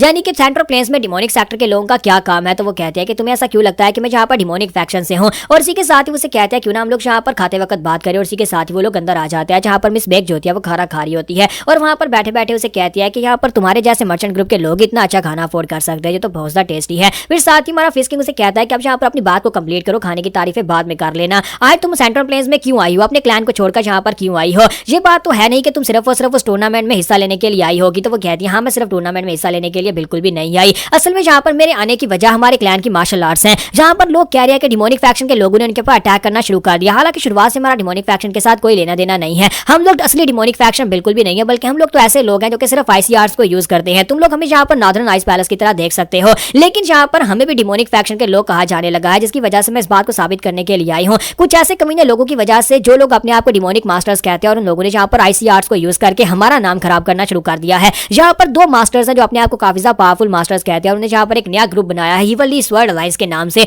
और वो लोग यहाँ पर मास्टर्स को टारगेट करके उनको मार रहे हैं, और उनमें से एक जो है वो आईसीआर्स को यूज कर सकता है, जिसकी वजह से हम लोगों का नाम खराब हुआ। तो मैं यहाँ पर आई हूँ ताकि यहाँ पर आकर जितने भी अलायंस के पावरफुल लोग हैं उनके साथ मिलकर उन लोगों को पकड़ने में उनकी मदद करूँ, ताकि अपने नाम को क्लियर किया जा सके कि हमारा इस सबसे कोई लेना देना भी नहीं है। अगर मैं अपने सेक्टर के अंदर बैठी रहूंगी तो यहाँ पर हमारे पर जो इल्जाम बढ़ते जाएंगे, और लोग यही सोचेंगे कि हम लोग अपने सेक्टर में बैठकर ये सब कुछ करवा रहे हैं और हमारे डिसेंडेंट्स ये सब कुछ कर रहे हैं। फिश किंग उसे कहता है कि मैं तुम्हारी सारी बातों को यहाँ पर समझ रहा हूँ, इसका मतलब यह है कि तुम यहाँ पर हमारी मदद करने के लिए आई, और साथ ही वो सोच रहा था कि इसका मकसद यहाँ पर इसका मकसद यहाँ पर आकर राइडियस लाइन के ऊपर अटैक करना नहीं है, बल्कि यहाँ पर राइडियस लाइन का साथ देकर उन दोनों कमीने डिमोनिक मास्टर्स को पकड़ना है, जो कि जिन लोगों ने पिछली लाइफ में मुझे मार डाला था। तो इसी के साथ ही फिश किंग वहाँ पर रस्ता उसे कहता है कि मुझे तुम्हारा आइडिया काफी ज्यादा अच्छा लगा, और तुम यहाँ पर काफी ज्यादा पावरफुल भी हो, तो तुम्हारे साथ कनेक्शन बनाकर मुझे काफी ज्यादा अच्छा लगेगा। अब चाहे कुछ भी हो जाए, मैं यहाँ पर तुम्हारा हर हाल में साथ दूंगा, और मैं यहाँ पर इस बात से काफी ज्यादा खुश भी हूँ। तो इसी के साथ ही उसे कहते हैं तो फिर मुझे लगता है कि मुझे चले जाना चाहिए, मुझे काफी ज्यादा देर हो गई और मुझे जाकर सोना भी है, कल सुबह मुझे जल्दी उठना है। तो मिस बेक जो होती है वहाँ पर उनकी फैमिली से बाहर निकलती है और लड़कियों से कहती है कि चलो चलते हैं, और वहाँ पर 3-4 लड़कियां जो होती हैं वो निकल आती हैं। एक लड़की जिसका नाम बेक रैन होता है, वो उसकी कजन भी होती है और उसकी पर्सनल गार्ड भी होती है। वो उसे कहते हैं कि अंदर क्या हुआ, तुम्हारे चेहरा यहाँ पर इतना लाल क्यों हो रहा है, क्या यहाँ पर कुछ ज्यादा फाइट हुई या फिर उससे तुम्हारे चेहरे को छुआ? तो वो कहती है नहीं ऐसा कुछ भी नहीं था, वहाँ पर अंदर का एनवायरमेंट काफी ज्यादा गर्म था, जिसकी वजह से मेरे चेहरे की ये हालत हुई है। फिर साथ ही उससे पूछा अच्छा ये बताओ कि फाइटिंग का रिजल्ट क्या निकला, कौन जीता? तो उसे कहती है कि यंग मास्टर जीत गया, वो मुझसे ज्यादा स्ट्रॉन्गर है। तो वो कहते हैं ऐसा बिल्कुल भी नहीं हो सकता, वो इससे ज्यादा स्ट्रॉन्गर कैसे हो सकता है, हमने उसकी लाइटनिंग आर्ट्स को देखा था, तुम उसकी लाइटनिंग आर्ट्स को अपनी आइस के साथ बड़ी आसानी से हरा सकती हो। तो वो कहती है कि मैं सच कह रही हूँ कि वहां पर उसने मुझे हरा दिया, और साथ ही वो फिर खाने की बातें करना शुरू कर देती है। तो वो लोग वहां पर से वापस आ जाते हैं। सुबह के वक्त का सीन दिखाता है कि मिस बेक जो होती है सुबह के वक्त उठती है और नदी के पास चली जाती है, और कहते हैं कि सुबह सुबह के वक्त उठकर यहाँ पर नदी के पास वॉक करना ज्यादा बेहतर है। मैंने सुना है कि ये नदी काफी ज्यादा खूबसूरत है, जहाँ पर वॉक करके काफी अच्छा लगता है, तो चलो फिर नीचे उतरते हैं। और इसी के साथ मिस बेक जो होती है वहां पर से जंप लगा देती है। जैसे ही ऊपर से नीचे जंप लगाती है और नीचे की तरफ देखती है, तो वहां पर हमारा फिश किंग पहले से मौजूद होता है, वो पत्थर उठाकर ट्रेनिंग कर रहा होता है। तो वो ऊपर की तरफ देखता है, मिस बेक नीचे की तरफ देखती है और कहती है काफी ज्यादा देरी हो गई है, लगता है कि मैं उसके ऊपर गिरने वाली हूँ। तो इसी के साथ हमारा फिश किंग जो होता है वहां पर उसे गिरने से बचाने के लिए उसे कैच कर लेता है, और उसे कैच करता है कहता है क्या तुम ठीक हो, क्या तुम यहाँ पर से गिरकर खुदकुशी करने वाली थी? तो वो कहती है नहीं मैं तो बस यहाँ पर वॉक करने के लिए आई थी। फिर साथ ही वो दोनों वहां पर एक साथ चलना स्टार्ट करते हैं, और उसे कहते हैं क्या तुम्हें भी यहाँ पर वॉक करना पसंद है? तो हमारा फिश किंग उसे कहता है मैं तो यहाँ पर रोजाना आता हूँ, क्योंकि मुझे ये जगह बहुत ज्यादा खूबसूरत लगती है, और इस जगह के इर्द गिर्द यहाँ पर घूमकर या दौड़कर एक्सरसाइज करके अच्छा लगता है। यानी कि दोनों में काफी कुछ कॉमन है, दोनों को यहाँ पर सुबह के वक्त उठकर वॉक करना या फिर यहाँ पर रनिंग करना काफी ज्यादा अच्छा लगता है। तो इसी के साथ ही उसे कहते हैं कि अगर यहाँ पर तुम्हें बात करना या फिर वॉक करना अच्छा लगता है, तो क्यों ना हम दोनों यहाँ पर भागते भागते बात करें। और इसी के साथ ही हमारी मिस बेक होती है वो पानी की तरफ भागना शुरू कर देती है। तो हमारा फिश किंग उसे कहता है ये तुम क्या कर रही हो, तुम पानी की तरफ क्यों भाग रही हो? और जब वो देखता है कि जहाँ जहाँ पर वो पैर आके भाग रही होती है वहां पर नीचे का पानी फ्रीज हो रहा होता है, और उसके ऊपर पाँव रखकर वो सामने की तरफ भाग रही होती है, और उसकी स्पीड भी काफी ज्यादा तेज होती है। तो हमारा जो फिश किंग होता है वो कहता है यहाँ पर एक बहुत ही स्पेशल टेक्निक को यूज करके नीचे के पानी को अपने पाँव के नीचे फ्रीज कर रही है, ताकि वो पानी के ऊपर चल सके। ये बहुत ही एक्स्ट्रा ऑर्डिनरी मूवमेंट टेक्निक है, लेकिन हमारा फिश किंग भी बड़ी तेजी के साथ उसके पास पहुंच जाता है। वो अपनी थंडर पावर को यूज करते हुए पानी के ऊपर बिजली की स्पीड से भाग रहा होता है, और उसे कहता है पानी के ऊपर फ्लोट करना तो मैंने सुना था, लेकिन पानी के ऊपर इस तरह से दौड़ना बड़ी अजीब बात है। जबकि मिस बेक वहां पर सोच रही होती है कि मैं यहाँ पर इस बात से हैरान हूं कि इस लड़के की स्पीड बिल्कुल भी कम नहीं है, बल्कि इसकी स्पीड मेरे जितनी है, और जहाँ पर मेरे पास पहुंच आया है। तुम्हारा फिश किंग उसे कहता है कि तुम यही सोच रही होगी कि मेरी स्पीड यहाँ पर तुम्हारे जितनी है या फिर तुमसे ज्यादा है,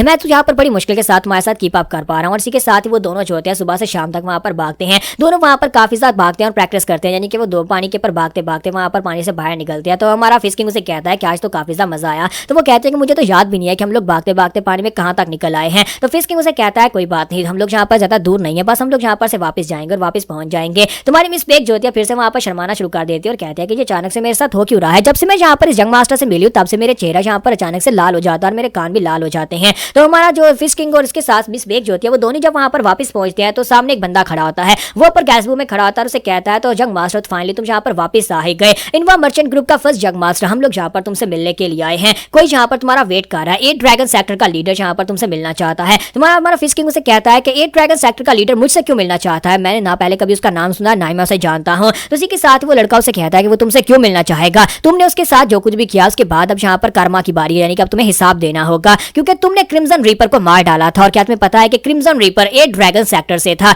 तो हमारा फिश किंग उसे कहता है क्रिम्सन रीपर कौन है? मुझे तो क्रिम्सन रीपर के बारे में भी नहीं पता। अगर आपको भी यहाँ पर क्रिम्सन रीपर याद नहीं है तो फिर मैं आपको याद बात करवा दूं कि क्रिम्सन रीपर वो कमीना अंडरवर्ल्ड का गुंडा था जिसे मारने के लिए हमारा फिश किंग जो था उस वैश्या खाने में गया था और उसकी 5 फ्लोर की बिल्डिंग के ऊपर जितने लोग थे सभी को मारते मारते ऊपर तक गया, फिर जाकर उसे अपनी थंडर आर्ट्स के साथ उसने मारा था। कि हमारा फिश किंग जो होता है वहां पर मिस बेक के साथ खड़ा होता है कि एक बंदा उसे कहता है कि ड्रैगन सेक्टर लीडर तुम्हें बुला रहे हैं क्योंकि तुमने क्रिम्सन रीपर को मार डाला था। तो हमारा जो फिश किंग होता है उसे कहता है कि कौन क्रिम्सन रीपर, मैं किसी क्रिम्सन रीपर को नहीं जानता। तो वो कहता है क्या तुम वाकई में से नहीं जानते, क्या तुम्हें याद नहीं है कि उस वेश्या खाना की 5वीं मंजिल के ऊपर जाकर जिस हट्टे कट्टे बंदे को तुमने सभी लोगों के सामने जाकर बाहर मारा था, जिसके ऊपर तुमने अपनी ठंडर से अटैक करके उसको मारा था। तो हमारा जो फिश किंग होता है वो कहता है अच्छा तो वो कमीना घटिया इंसान, इसका मतलब यह है कि तुम अंडरवर्ल्ड के कमीने लोग हो और तुम जहां पर उसके बारे में बात कर रहे हो। तो वो कहता है कि हाँ मैं जहां पर उसी की बात कर रहा हूँ। क्रिम्सन रीपर जो था वो हमारे ए ड्रैगन सेक्टर से था और इसी वजह से हमारे मास्टर तुमसे मिलना चाहते हैं और तुम्हें अभी जहां पर हमारे साथ चलना होगा। अगर तुम हमारे साथ नहीं चलोगे तो फिर तुम्हारे नीचे बहुत सारे एनवा मर्चेंट ग्रुप के लोग काम करते हैं और हो सकता है कि उनमें से किसी एक मर्चेंट ग्रुप को पूरी तरह से बर्बाद कर दिया जाए और उन सभी लोगों को मार दिया जाए। इसलिए जरा सोच समझकर फैसला करना कि तुम मेरे साथ चलना चाहते हो या नहीं।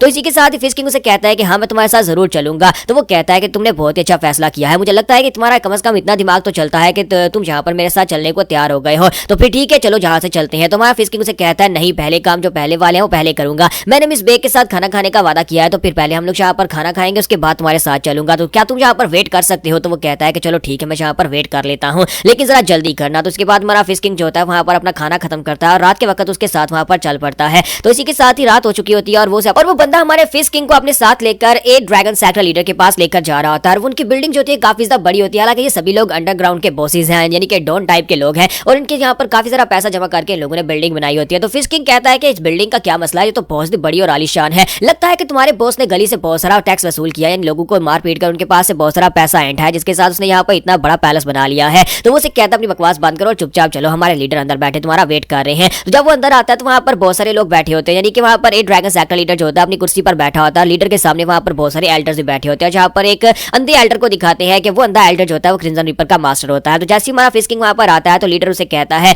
मेरा नाम हाथ जियोनिक है और मैं जहां पर इस ड्रैगन सेक्टर का लीडर हूं। हमारा फिश किंग जो होता है वहां पर जाने के बाद देखता है कि सभी लोग कुर्सियों के ऊपर बैठे होते हैं। तो उन्हीं में से हमारा फिश किंग एक बंदा जो बैठा होता है बड़ी आराम से जाकर उसे पकड़ता है, उसे पकड़कर पीछे दीवार के साथ पटक कर मारता है, यानी कि उसे उठाकर पटक देता है, साथ उस कुर्सी को खींचकर वहां पर उस कुर्सी को लेकर सेंटर में आ जाता है, जहां पर सेक्टर लीडर सामने बैठा होता है उसके सामने आकर अपनी कुर्सी लगाकर बैठ जाता है। बाकी के सभी लोग इस बात से काफी ज्यादा हैरान होते हैं। तो हमारा फिश किंग उसे कहता है कि तुम कमीने लोगों ने जहां पर मुझे बुलाया और उसके बाद क्या तुम लोग जहां पर मुझे बैठने के लिए एक सीट भी नहीं दोगे? तो फिर मैं अपने बैठने के लिए खुद ही जगह बना लूंगा, अब जल्दी से बोलो कि तुम्हें जहां पर क्या बात करनी है। तो सेक्टर लीडर जो होता है अपने एक साथी से कहता है कि जिस एल्डर को इसने उठाकर फेंका है जाओ जाकर उसकी डेड बॉडी को ठिकाने लगा दो, और फिर साथ ही वो कहता है कि क्रिम्सन रीपर के बारे में ये बात करनी है। तो हमारा फिश किंग कहता है कि हाँ उस कमीने को मैंने ही मारा था। तो वो कहता है क्या बताओ कि करना क्या है, तुम लोगों को जहां पर चाहिएगा। मुझे पता है कि अंडरवर्ल्ड के कमीने लोग जो है वो जहां पर उनके किसी बंदे को मार दिया जाए तो वो उसका पीछा करते हैं और जहां पर उनको सजा देने की कोशिश करते हैं अपनी अथॉरिटी को बनाए रखने के लिए। तुम्हारे भी जहां पर कुछ असूल होंगे, तो बताओ कि तुम जहां पर क्रिम्सन रीपर की मौत का बदला कैसे लेना चाहोगे। तो इसी के साथ ही एल्डर जो होता है वो साइड के ऊपर बैठे हुए एल्डर की तरफ देखते हैं। तो हमारा जो फिश किंग होता है वो कहता है कि मुझे पता चला है कि जहां पर उसका कोई मास्टर भी है, तो बताओ कि तुम कमीनों में से कौन उसका मास्टर था। अंधा आदमी उसे कहता है कि वो तो मैं हूं, मैं जहां पर क्रिम्सन रीपर का मास्टर हूं। और जबकि वो अंधा आदमी साथ ही साथ सोच रहा होता है कि इस लड़के को देखो तो जरा, हालांकि जहां पर जब सिर्फ 20-25 साल का होगा, लेकिन इसकी हिम्मत तो देखो, हमारे जैसे एल्डर्स के सामने बैठकर किस तरह से बड़ी बड़ी बातें कर रहा है।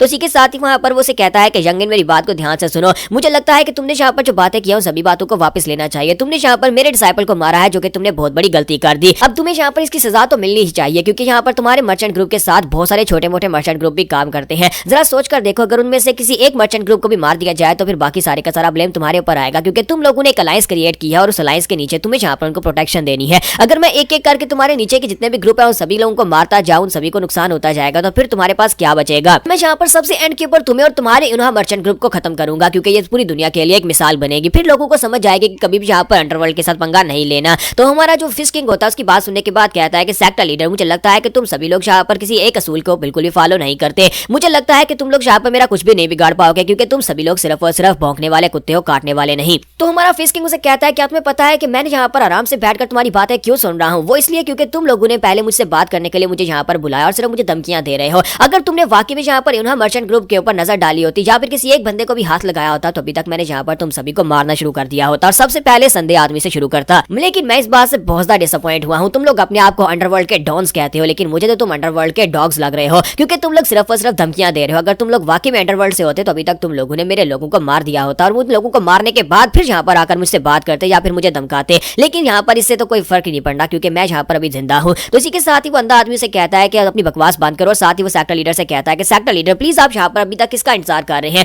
अभी यहाँ पर अपने लोगों को ऑर्डर दे और इस कमीने को यहीं पर मार डालते हैं, कल को ये लड़का हमारे लिए और मुसीबत खड़ी करेगा। तो सेक्टर लीडर उसे कहता है कि क्रिम्सन रीपर तुम्हारा स्टूडेंट था, जबकि वो तुम्हारा स्टूडेंट यानी तुम्हारा डिसाइपल था, तो फिर मुझे लगता है कि बदला भी तुम्हें लेना चाहिए। यहाँ पर ए ड्रैगन सेक्टर लीडर का इसके साथ कोई लेना देना नहीं है, क्योंकि क्रिम्सन रीपर ने ऑफिशियली हमारे सेक्टर को ज्वाइन नहीं किया था, और वैसे भी वो सिर्फ जो भी पैसा वहां पर से कलेक्ट करता था वो सारा तुम्हें तो देता था। तो इसी के साथ ही बंदा एल्डर उसे कहता है, लेकिन सर जो पैसा मुझे अपने डिसाइपल के पास से मिलता था उसमें से आधा पैसा तो मैं आपको देता था, यानी कि अपनी संस्था को देता था, तो फिर जहाँ पर है आप उसका बदला लेने में मेरी मदद क्यों नहीं कर सकते। तो सेक्टर लीडर से कहता है कि मैं तुम्हारी मदद करूंगा ना, तुम जहाँ पर इससे बदला लो, अगर तुम इससे बदला लेते वक्त मारे जाते हो तो फिर मैं तुम्हारा बदला लूंगा, क्योंकि तुम हमारे, यानी कि तुम्हें जो भी करना है वो तुम्हें खुद ही करना है। और इसी के साथ ही हमारा फिश किंग जो होता है उठकर खड़ा हो जाता है और कहता है कि बेवकूफो, तुम सभी लोग यहाँ पर क्या समझते हो कि मैं जहाँ पर कोई खिलौना हूँ जो जहाँ पर सोच रहे हो आपस में डिसाइड कर रहे हो कि कौन जहाँ पर मुझसे बदला लेगा। तुम्हारा फिश किंग जो होता है उठकर सीधा सेक्टर लीडर के पास चला जाता है, उसके सामने खड़े होकर कहता है कि लगता है कि तुम लोगों को यहाँ पर समझ नहीं आ रही कि आगे तुम सभी लोगों के साथ क्या होने वाला है। तो सेक्टर लीडर उसे कहता है कि शायद तुम्हें इस बारे में आइडिया भी नहीं है कि तुम यहाँ पर क्या कर रहे हो। और इसी के साथ ही वहां पर उसके बहुत सारे गार्ड निकल आते हैं अपनी तलवारें लेकर, हमारे फिश किंग को चारों तरफ से घेर लेते और कहता है कि तुम्हारी हिम्मत कैसे भी सेक्टर लीडर के सामने आकर खड़े होने की। इसी के साथ ही सेक्टर लीडर अपनी कुर्सी से उठता है, अपनी तलवार निकालता है, अपनी तलवार को घुमाकर हमारे फिश किंग के ऊपर एक जबरदस्त कट लगा देता है। तो हमारा फिश किंग जो होता है जब सेक्टर लीडर के सामने जाकर खड़ा होता है तो सेक्टर लीडर अपनी तलवार निकालकर उसके ऊपर एक कट लगा देता है, लेकिन जैसे वो अपनी तलवार को घुमाकर उसके ऊपर कट लगाता है उसकी तलवार वहीं पर रुक जाती है, क्योंकि हमारा फिश किंग जो होता है अपनी दो उंगलियों को यूज करते हुए अपनी थंडर पावर के साथ वहां पर उसकी तलवार को ब्लॉक कर लेता है और उसे कहता है तुमने यहाँ पर गलत बंदे के साथ पंगा ले लिया। और इसी के साथ ही हमारा फिश किंग जो होता है वहां पर अपनी उंगलियों को घुमाकर सामने की तरफ झटका देता है, जिसकी वजह से सेक्टर लीडर बेचारा उड़ता हुआ जाकर साइड की दीवार में पटकता है। तो सेक्टर लीडर वहां पर दीवार के साथ पटककर बुरी तरह जख्मी हो जाता है और उसके साथ ही जो होता है वो कहता है कमीने ने सेक्टर लीडर के ऊपर अटैक कर दिया, सभी लोग मिलकर इसको मार डालो। लेकिन हमारे फिश किंग के हाथ में जहाँ पर उसकी तलवार आ चुकी है तो वो कहता है कि वैसे तो मैं जहाँ पर तुम सभी कमीनों को जाने देता अगर तुम सभी लोग सिर्फ मुझे जहाँ पर धमका रहे होते, लेकिन अब जबकि तुम सभी लोगों ने जहाँ पर मेरे अनवा मर्चेंट ग्रुप को जहाँ पर नुकसान पहुंचाने के बारे में बात की है तो फिर मैं तुम लोगों को कैसे जाने दे सकता हूँ। और इसी के साथ ही वो कहता है काफी लंबे वक्त के बाद मैं जहाँ पर किसी वेपन को यूज करने वाला हूँ, और वो तलवार को घुमाकर वहां पर अपनी थंडर पावर को रिलीज करता है। तो उसके सामने जितने भी गार्ड उसके ऊपर अटैक करने के लिए आके भाड़ रहे थे सभी की बॉडीज कट जाती है। और वो अंधा आदमी जो होता है वो कहता है कैसा कैसे हो सकता है, ये तो लाइटनिंग एनर्जी है। अगर ये बंदा यहाँ पर लाइटनिंग एनर्जी को यूज कर रहा है और इसने क्रिम्सन रीपर को पंचेस मारकर मार दिया था, इसका मतलब यह है कि ये फिश किंग का डिसाइपल हो सकता है या फिर उसका सक्सेसर हो सकता है। तुम्हारा फिश किंग उसकी तरफ देखता कहता है कि मुझे लगता है कि यहाँ पर अंडरवर्ल्ड के जितने लोग हैं वो सारे के सारे अंधे हैं और सिर्फ ये अंधा आदमी जिसके पास यहाँ पर आंखें हैं इसने यहाँ पर मुझे पहचान लिया कि मैं कौन हूँ। लेकिन अब क्या फर्क पड़ता है कि मैं कौन हूँ, क्योंकि तुम सभी लोग तो अब यहाँ पर मरने वाले हो। तुम लोगों ने एक बहुत बड़ी गलती कर दी मेरे साथ पंगा लेकर। तो अंधा आदमी अपने लोगों से कहता है कि बेवकूफो अटैक करना बंद करो, यहाँ पर से अपनी जान बचाकर भागो, तुम में से कोई भी यहाँ पर इसे फाइट करके इसे हरा नहीं पाएगा। और जैसे वो चलाकर उनसे ये कह रहा होता है कि भागो यहाँ से, इसी के साथ ही तलवार उसके माथे के अंदर आकर घुस जाती है और वो एल्डर वहीं पर गिरकर मर जाता है। और उसके साथ ही जो होता है वो और भी ज्यादा घबरा जाते हैं और सेक्टर लीडर कहता है कि ये क्या हो गया, हम लोगों ने यहाँ पर इसे मारने के लिए बुलाया था और इसने तो यहाँ पर हमारे लोगों को मारना शुरू कर दिया है। तो हमारा फिश किंग कहता है कि तुम में से जो समझदार था वो तो मर चुका है, अब बताओ कि तुम सभी लोग यहाँ पर मेरा क्या उखाड़ लोगे। और साथ ही हमारा फिश किंग उसे कहता है कि बेवकूफो, तुम लोगों ने पता है सबसे बड़ी गलती क्या कर दी, तुम लोग अगर यहाँ पर मेरे अनोवा मर्चेंट ग्रुप के सभी लोगों को मार डालते, उनके साथ जितने भी क्लाइंट मेंबर्स हैं सभी को मार डालते, अगर मेरे फादर को मार डालते, मेरे ब्रदर्स को मार डालते, लेकिन तब भी अगर मैं एंड के पर जिंदा बच जाता फिर भी तुम सभी में से कोई भी यहाँ पर जिंदा नहीं बच पाता। यहाँ पर कोई मूवी नहीं चल रही जहाँ पर हीरो को जिंदा छोड़ दिया जाए ताकि बाकी की सारी जिंदगी पश्चाताप में गुजार दे, यहाँ पर ये चल रहा है कि मैं तुम सभी को अकेले अपने हाथ से मार डालूंगा। तो ये बात सुनने के बाद सेक्टर लीडर जो होता है समझ आ जाते हैं कि वो इसे फाइट नहीं कर सकता और इसी के साथ ही हमारा फिश किंग उसे कहता है तो फिर ठीक है, तू क्या तू मरने के लिए तैयार हो। जबकि सेक्टर लीडर सोच रहा होता है कि तो बिल्कुल एक पागल आदमी की तरह है, लगता है कि हमने यहाँ पर अब शहमद मक्खी के छत्ते में हाथ डाल दिया और यहाँ पर हमें अपने हाथ कटवाने पड़ेंगे। तो सेक्टर लीडर उसे कहता है कि अपने लोगों को मैं कहता हूँ कि वो अपने वेपन्स को छोड़ दे। वो अपने साथियों से कहता है कि सभी लोग अपने वेपन्स को छोड़ दो और सभी लोग वहां पर घुटने टेक देते हैं और कहते हैं प्लीज सर हमें माफ कर दीजिएगा, हमसे बहुत बड़ी गलती हो गई जो हमने आपसे यहाँ पर पंगा ले लिया। मैं यहाँ पर अपने सेक्टर की तरफ से सेक्टर लीडर होने के नाते तुमसे माफी चाहता हूँ कि प्लीज हमें माफ कर दो। तुम्हारा फिश किंग उसे कहता है कि तुम तो अंडरवर्ल्ड से और तुम्हें पता है कि अंडरवर्ल्ड के अंदर गैंग्स के अपने असूल होते हैं, अगर तुम यहाँ पर कोई बात कहते हो तो उसे पूरा करना पड़ता है।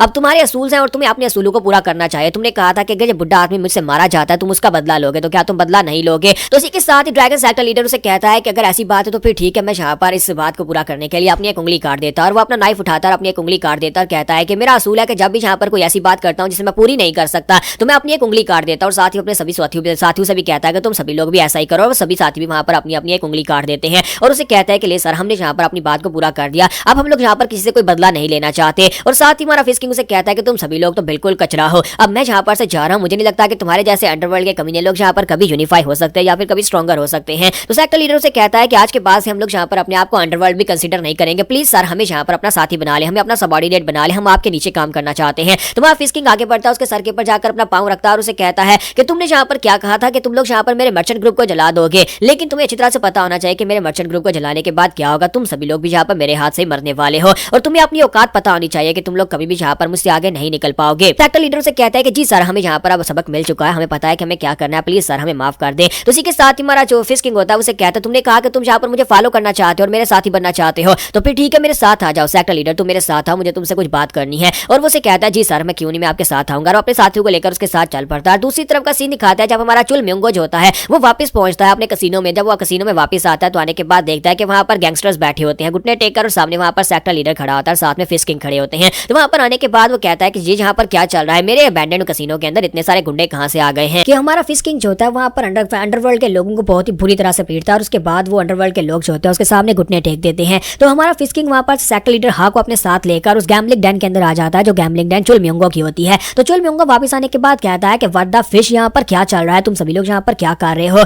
तो हमारा फिश किंग कहता है तो फाइनली तुम यहाँ पर आ ही गए। और साथ ही फिश किंग उसे कहता है कि अब जल्दी से जाओ, मेरे लिए नूडल्स बॉईल करके लाओ, मुझे भूख लगी है। तो वो उसके लिए नूडल्स बॉईल करके लाता है और वो सभी लोग वहां पर बैठकर खाना शुरू कर देते हैं। जबकि हमारा चुल म्योंगो जो होता है वहां पर बैठे बैठे सोच रहा होता है कि ये नूडल्स, ये बैठकर इस तरह से नूडल्स को खाना और पुराना गैम्बलिंग डैन, मुझे यहाँ पर सब कुछ देखकर अपना सीन याद आ गया। मुझे लगता है कि इस बार यहाँ पर इस कमीने को मार पड़ी है। तो वहाँ फिश किंग उसे कहता है कि जल्दी से बताओ कि तुम इतने लेट क्यों आए हो, जबकि मैं वहां पर अलायंस से इतनी जल्दी वापस आ गया। तो वो कहता है कि रास्ते में कुछ काम आ गया था, इसी वजह से मैं लेट आया। फिर साथ ही वो कहता है कि अब यहाँ पर इन कमीनों का क्या सीन है और उन कमीनों का क्या सीन है, ये लोग मेरे टूटे हुए गैम्बलिंग डैन को यहाँ पर इस तरह से क्यों ट्रेन कर रहे हैं जैसे कि यहाँ पर कोई ट्रेनिंग ग्राउंड बनाया जा रहा हो, यानी कि इसको रिपेयर करने की कोशिश कर रहे हैं जैसे कि यहाँ पर एक ट्रेनिंग ग्राउंड बनाया जा रहा हो। तो वहाँ फिश किंग उसे बताता है कि इस बंदे का नाम हा जियोनिक है, जो कि 8 ड्रैगन सेक्टर लीडर है। तो ये बात सुनने के बाद चुल म्योंगो कहता है कि अच्छा तो उसका नाम हा जियोनिक है और जो 8 ड्रैगन सेक्टर लीडर है। तो हमारा फिश किंग उसे कहता है क्या तुम इसके बारे में जानते हो। तो चुल म्योंगो आगे से हंसना शुरू कर देता है और कहता है कि मैं इस बंदे के बारे में कैसे जान सकता हूँ, जरा इसका नाम तो सुनो, हा जियोनिक, और ऊपर से ये अपने आप को 8 ड्रैगन सेक्टर लीडर कहता है। इस तरह का चाइल्डिश और रिडिकुलस नाम किसका हो सकता है। अगर तुम्हें यहाँ पर कोई ड्रैगन जैसा नाम रखना है तो फिर 9 ड्रैगन सेक्टर नाम रख लेते हैं, क्योंकि आज यहाँ पर एक ड्रैगन को छोड़ने की क्या जरूरत पड़ गई थी, तुम उसे एक ड्रैगन को भी ऐड कर लेते हो, जहाँ पर 9 ड्रैगन लीडर बन जाते। तो हमारा फिश किंग जो होता है वहाँ पर जिसकी बात सुनने के बाद कहता है कि सेक्टर लीडर हाँ, अगर तुम चाहो तो तुम बाद में इसे इस बदतमीजी के लिए पीट सकते हो,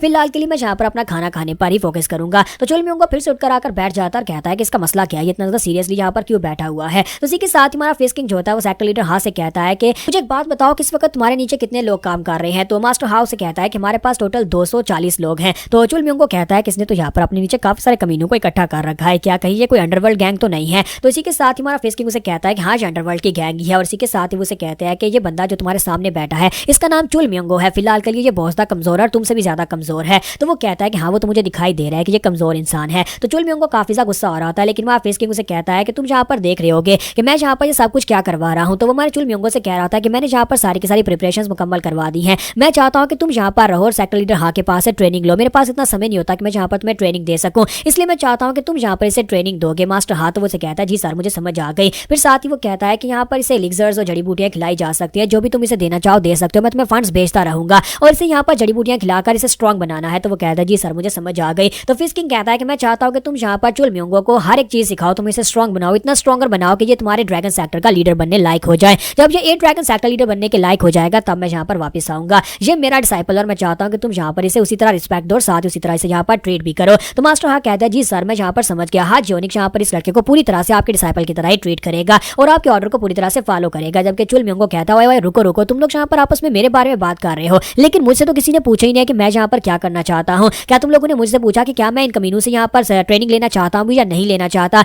मैं अभी तो यहाँ पर ट्राइस वर्ड टेक्निक को मास्टर करने की कोशिश कर रहा हूँ, जो ट्राइस वर्ड टेक्निक तुमने मुझे सिखाई थी। तो हमारा फिश किंग उसे कहता है कि हाँ, मुझे पता है कि तुम ट्राइस वर्ड टेक्निक को सीखने की कोशिश कर रहे हो, लेकिन मेरे पास इतना समय नहीं है। मैं तुम्हारा मास्टर तो बन गया हूँ, लेकिन मैं तुम्हें और कोई टेक्निक नहीं सिखा सकता, इसलिए यहाँ पर तुम उस टेक्निक को मास्टर हा के साथ सीखोगे। मास्टर हा खुद यहाँ पर एक बहुत ही अच्छे तलवारबाज और तुम्हें यहाँ पर तलवारबाजी की नई टेक्निक सिखाएंगे। तो चुल म्योंगो से कहता है लेकिन फिर भी तुम्हारा फिश किंग उसे कहता है अपनी बकवास बंद करो, मैंने जितनी बात करनी थी मैंने उतनी कर दी, अब तुम दोनों को आपस में डिसाइड करना है कि तुम लोग अपनी ट्रेनिंग को कैसे आगे बढ़ाओगे। और साथ ही हमारा फिश किंग जो होता है मास्टर हा से कहता है कि सेक्टर लीडर हा, मेरे पास यहाँ पर तुम्हारे लिए एक और काम है, तुम्हें वो भी करना होगा। तो वो कहता है जी सर, बस ऑर्डर्स दे। तुम्हारा फिश किंग उसे कहता है कि तुम्हें यहाँ पर इन्वेस्टिगेशन करनी होगी। मैं चाहता हूँ कि म्यूजियम के अंदर जितने पावरफुल फिगर्स हैं जो किंग लेवल के थे उन सभी को मारा जा रहा है, वो गायब हो रहे हैं। क्या तुम उनके बारे में यहाँ पर इन्वेस्टिगेट कर सकते हो, क्योंकि ये सब कुछ डिमोनिक फैक्शन के लोग कर रहे हैं। और तुम्हें अच्छी तरह से पता है कि जब भी डिमोनिक फैक्शन के लोग राइज होते हैं तो सबसे पहले अंडरवर्ल्ड के लोगों से हाथ मिलाते हैं, क्योंकि अंडरवर्ल्ड के लोग पैसा लेकर कुछ भी करने को तैयार हो जाते हैं। इसी वजह से मुझे लगता है कि उन्होंने यहाँ पर तुम्हारी अंडरवर्ल्ड की किसी गैंग के साथ हाथ जरूर मिलाया होगा। तो क्या तुम यहाँ पर इसे इन्वेस्टिगेट कर सकते हो। तो वो कहता है जी सर, मैं यहाँ पर इसको इन्वेस्टिगेट करूंगा और जैसा मुझे यहाँ पर कोई बात पता चलेगी मैं आप तक जरूर पहुंचाऊंगा।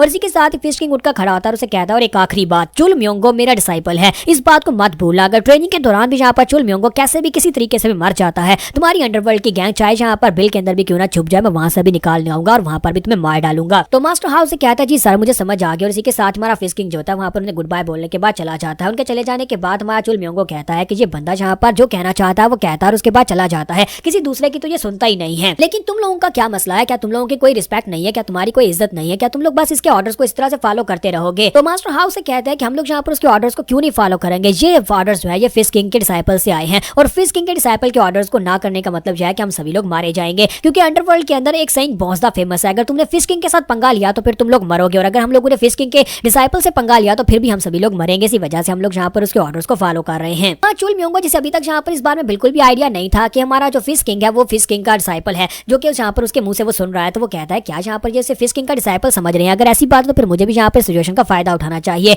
अगर यहाँ पर ऐसी बात है तो फिर मैं यहाँ पर इन सभी लोगों को अपना गुलाम बना सकता हूँ, क्योंकि इन सभी को यही लगता है कि मैं यहाँ पर उसका डिसाइपल हूँ। अगर मैं उसका डिसाइपल हूँ तो मैं इन सभी के ऊपर रोब डाल सकता हूँ। और इसी के साथ ही वो सोच रहा था कि मुझे लगता है कि इन सभी लोगों ने यहाँ पर ली जिनों से मार खाई है, और अगर उससे मार खाई है तो फिर मैं यहाँ पर इन लोगों को वैसे ही ट्रीट कर सकता हूँ जैसे मैं चाहूँ। इसी के साथ ही हमारा चुल म्योंगो जो होता है वो उनसे कहता है कि मेरा मास्टर एक बहुत ही स्कैरी इंसान है, क्या तुम्हें पता है कि सेक्टर लीडर हाफ तुम्हारे लिए बहुत ज्यादा मुश्किल होने वाला है, अगर तुमने उसके ऑर्डर्स को ना माना तो फिर वो तुम्हारे साथ भी वही करेगा जो कि उसने क्रिम्सन रीपर के साथ किया था। क्या तुम्हें पता है कि एक बार मेरे मास्टर ने मेरी बॉडी के अंदर सारी हड्डियों को तोड़ दिया था, और क्रिम्सन रीपर की कहानी तुम्हें शायद पता नहीं होगा, क्रिम्सन रीपर को जहाँ पर उसने क्यों मारा था। एक बार मास्टर ने मुझे एक टास्क दी, उसने मुझे ट्रेनिंग करने के लिए कहा था और मैं ट्रेनिंग करते करते गली में चला गया, जहाँ पर क्रिम्सन रीपर के कुछ साथियों ने मुझे देखा और उसके बाद मुझे बुरी तरह से मारने लगे, और उसके बाद क्रिम्सन रीपर ने मुझे धमकी दी मुझे मारने की, जिसकी वजह से मास्टर बहुत ज्यादा गुस्सा हो गए। मास्टर ने कहा कि किसी ने जहाँ पर उसके डिसाइपल की ट्रेनिंग को डिस्टर्ब किया है, जिसकी वजह से मास्टर वहां पर गए और जाकर उसने क्रिम्सन रीपर को बस मार डाला। सेक्टर लीडर हाउस की बात सुनने के बाद वहां पर सोच रहा होता है कि इसका मतलब यह है कि अभी भी जो धमकी देकर गया है वो वाकई में सच धमकी देकर गया, अगर हमने इसके डिसाइपल के साथ कुछ भी बुरा किया, चुल म्योंगो के साथ बुरा किया, तो वाकई में हम सभी लोगों को मार डालेगा। वहाँ चुल म्योंगो जो होता है वहाँ पर सेक्टर लीडर हाउ को पूरी तरह से अपने कंट्रोल में कर लेता है और उसे अपनी बातों से डरा लेता है। तो यहीं पर नेक्स्ट सीन जो होता है हमारे फिश किंग का दिखाता है कि वो अपने मर्चेंट ग्रुप में वापस आता है।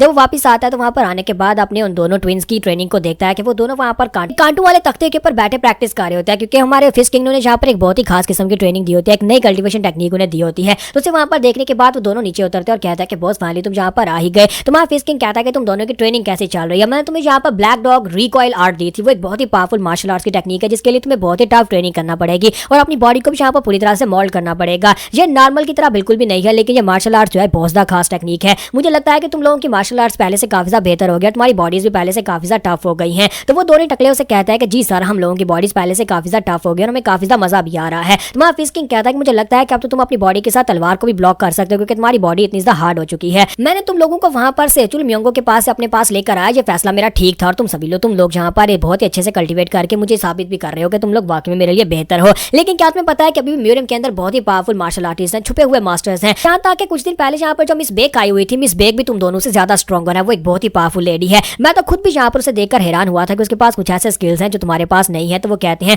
बॉस हम लोग यहाँ पर पूरी कोशिश करेंगे ताकि मिस बेक से भी ज्यादा स्ट्रॉन्गर हो सके। तो हमारा फिश किंग कहता है चलो ये तो अच्छी बात है। जब किसी के साथ साइड के ऊपर से उसका छोटा भाई निकल कर आता है और उसे कहता है कि ब्रदर एक छोटी सी प्रॉब्लम है। हाँ ये कोई बड़ी प्रॉब्लम तो नहीं है, लेकिन बस ये समझ लो कि कुछ लोग हैं जो तुमसे मिलना चाहते हैं। वो अपने आप को हर्ब गैदरर कहते हैं, यानी कि वो जड़ी बूटियां उखाड़ कर लाते हैं या फिर ढूंढ कर लाते हैं। वो तुमसे मिलना चाहता है क्योंकि उनके पास एक बहुत ही खास जड़ी बूटी के बारे में इन्फॉर्मेशन है और वो सिर्फ तुम्हें बेचना चाहते हैं। तो उसी के साथ दो लोगों को दिखाता है कि वो उसे वहां पर अपने बारे में इंट्रोड्यूस करवाते हैं। एक बंदा उसे कहता है कि मेरा नाम यांग नोसा है और मैं जड़ी बूटियां गैदर करता हूँ, यानी कि मैं माउंटेन्स के ऊपर से जड़ी बूटियां ढूंढ कर लाता हूं और मुझे यहाँ पर एक बहुत ही खास किस्म की जड़ी बूटी मिली है जो कि एक माउंटेन के ऊपर है। और अब क्योंकि हमने आपके बारे में सुना है कि आप इनवा मर्चेंट ग्रुप के मास्टर और आप स्ट्रॉन्ग भी बनना चाहते हैं, तो हमें लगता है कि वो जड़ी बूटी आपके लिए बहुत ज्यादा स्पेशल और आप उसे खरीद भी सकते हैं। तो क्या आप उस जड़ी बूटी को खरीदना चाहेंगे? उस जड़ी बूटी का नाम क्रिम्सन मून फ्लावर है। तुम्हारा फिश किंग जो होता है क्रिम्सन मून फ्लावर जड़ी बूटी का नाम सुनने के बाद उनके साथ चल पड़ता है। तो वो उसे अपने साथ लेकर वहां पर ड्रैगन वैली माउंटेन की तरफ चल पड़ता है, जहां पर एक बड़ी ऊंची माउंटेन होती है जो कि बर्फ के साथ कवर्ड होती है। तो फिश किंग उनके साथ चलता चलता माउंटेन के ऊपर चढ़ आता है। वहां पर आने के बाद उनसे कहता है क्या तुम वाकई में यहाँ पर क्रिम्सन मून फ्लावर के बारे में कुछ जानते भी हो या नहीं, जो तुम मुझे यहाँ पर इस माउंटेन के ऊपर ले आए हो? तो वो कहता है कि सर वो यहीं पर इसी माउंटेन के ऊपर है, इसी माउंटेन के ऊपर लास्ट टाइम मैंने उसे देखा था। आपको तो पता है कि क्रिम्सन मून फ्लावर की नेचर क्या होती है, जब जैसे उसे यहाँ पर जड़ से उखाड़ा जाता है तो उसी के साथ वो विदर हो जाती है, यानी कि उसके सारे के सारे इफेक्ट्स खत्म हो जाते हैं। इसका मतलब यह है कि उसे उसी जगह के ऊपर ही जाकर एब्जॉर्ब करना पड़ता है जिस जगह के ऊपर वो होता है। इसी वजह से उस फ्लावर को हम मार्क करने के बाद आपके पास गए और हम इसे यहाँ पर सस्ते दामों में आपको इसलिए बेच रहे हैं क्योंकि यहाँ पर आपको खुद आना पड़ा। इसी वजह से तो हम सिर्फ और सिर्फ 3 लाख न्यांग में आपको यहाँ पर जड़ी बूटी बेच रहे हैं, वरना मैं कई लाख यानी कि मिलियन भी आपसे मांग सकता था। तुम्हारा फिश किंग इसी के साथ जोर जोर से हंसना शुरू कर देता है। तो यांग नोसा उसे कहता है कि सर आपको क्या हो गया, आप यहाँ पर इस तरह से हंस क्यों रहे हैं? तुम्हारा फिश किंग उसे कहता है कि थोड़ी देर के लिए मैं तुम्हारी एक्टिंग की वजह से काफी ज्यादा परेशान हो गया था, लेकिन मुझे लगता है कि तुम्हारी एक्टिंग वाकई में बहुत ज्यादा प्योर है। तो इसी के साथ ही वो लोग कहते हैं कि सर इस बात का क्या मतलब है? तुम्हारा फिश किंग कहता है क्रिम्सन रीपर वो तो मर चुका है, क्रिम्सन रीपर के पीछे यहाँ पर अंडरवर्ल्ड के लोग थे उन सभी को भी मैं बुरी तरह से पीट चुका हूँ। रही बात ओयांग क्लैन के लोगों की, ओयांग क्लैन के लोग जो कि म्यूरम अलायंस के साथ जुड़े हुए हैं वो यहाँ पर फिलहाल मेरे पर दोबारा अटैक करने की कोशिश नहीं करेंगे। और अगर किसी यहाँ पर असैसिन ग्रुप की बात की जाए तो मुझे नहीं लगता है कोई असैसिन ग्रुप के लोग यहाँ पर ये काम कर सकते हैं। तो मुझे लगता है कि अब यहाँ पर सिर्फ और सिर्फ एक ही मेरा दुश्मन सेक्टर बचता है जो कि यहाँ पर मुझे इस तरह के जाल में फंसा सकता है। अब बताओ कि लिटिल डीएटी सेक्टर के साथ तुम्हारा क्या लेना देना है। जैंग नोसा उसे कहता है कि सर मुझे नहीं पता कि आप यहाँ पर किस लिटिल डीएटी सेक्टर की बात कर रहे हैं, मैं तो बस यहाँ पर आपको जड़ी बूटी बेचने के लिए जगह के पर लेकर आया हूँ। तुम्हारा फिस्किंग उसे कहता है कि जैंग नोसा तुमने अपना यही नाम बताया था ना, तुमने कहा कि यहाँ पर उस जड़ी बूटी यानी क्रिम्सन मून फ्लावर को कैसे यहाँ पर एब्जॉर्ब करते हैं, क्या तुम्हें पता है कि उसको कैसे एब्जॉर्ब किया जाता है। तो वो कहता है हाँ सर मुझे पता है उसे कैसे एब्जॉर्ब किया जाता है। जैसा कि मैंने कहा कि उससे जड़ से नहीं उखाड़ा जा सकता क्योंकि उसके पत्ते वहीं पर विदर हो जाते हैं, उसके फूल भी विदर हो जाते हैं। इसी वजह से उसे वहीं पर बैठकर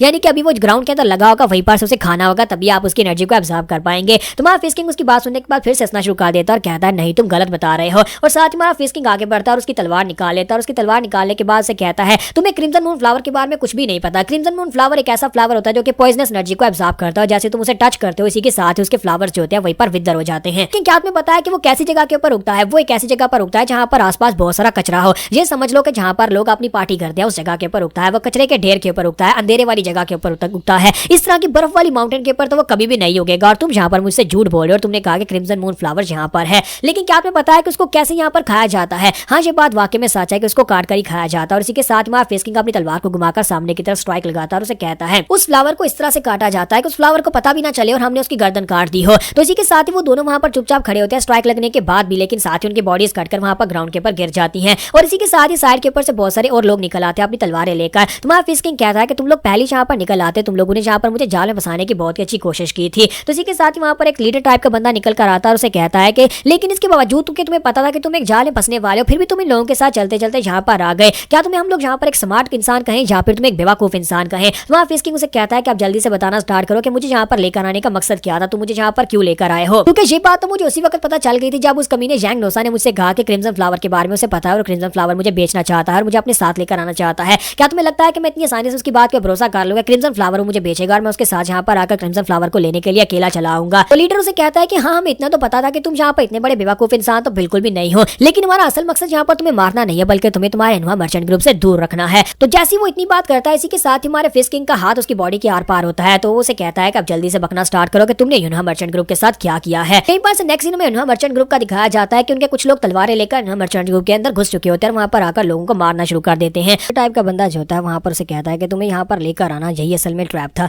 क्योंकि असल अटैक तो तुम्हारे इनोवा मर्चेंट ग्रुप के ऊपर होने वाला है। तो फिस्किंग इस बात से बहुत ज्यादा गुस्सा होता है, सबसे पहले उस लीडर को आगे बढ़ के मार डालता है। तो उस लीडर के मरने के साथ ही बाकी के सभी लोग जो होते हैं वो काफी ज्यादा हैरान होते हैं और वो सभी लोग कहते हैं कि यहाँ पर खड़े खड़े किसका वेट करो, जल्दी से आगे बढ़ो, इसके ऊपर अटैक करो। और सभी लोग वहां पर अपने कैप्टन के मरने के बाद अटैक करने के लिए आगे बढ़ते हैं। जब सभी लोग हमारे फिस्किंग के ऊपर अटैक करने के लिए आगे बढ़ते हैं तो फिस्किंग वहीं पर से अपने पंचेस को यूज करते हुए अपनी थंडर पावर के साथ सभी के ऊपर अटैक करता है और अपनी थंडर के साथ उन सभी को मारना स्टार्ट कर देता है। तो वो लोग कहते हैं कि यार जो बंदा है क्या, इतना ज्यादा पावरफुल कैसे हो सकता है, हमारी तो वाट लगने वाली है। और वो आखिरी बंदे को भी वहां पर मार डालता है। और आखिरी बंदे को मारने के बाद वो कहता है कि मुझे लगता है कि इन कमीने लोगों ने अपने कुछ ट्रूप्स को इनोवा मर्चेंट ग्रुप में भेजा होगा। बस उम्मीद करता हूँ कि वहां पर जाने से पहले वो सभी लोग सेफ हों, क्योंकि मैं जहाँ पर अपने गुस्से को शांत नहीं कर पा रहा। उसकी बॉडी के अंदर सभी ठंडर पावर निकल रही होती है। तो वो कहता है कि वो ट्विंस और साथ में जहाँ पर मोयोंग क्लैन के जो लोग थे जो कि वहां पर सिक्योरिटी गार्ड के तौर पर है, वो सभी लोग वहां पर उनको रोक कर रख सके जब तक मैं नहीं पहुंच जाता। और इसी के साथ ही हमारा फिस्किंग बड़ी तेजी के साथ भागता वापस अपने इनोवा मर्चेंट ग्रुप की तरफ आता है। मर्चेंट ग्रुप का सीन दिखाते हैं जहां पर उनके ऊपर अटैक हो रहा होता है। तो कुछ कमीने लोग उनके ऊपर आकर अटैक करना शुरू कर देते हैं। तो उसी के साथ ही वहां पर उनके जो गार्ड कैप्टन होता है उसके ऊपर अटैक होता है। तो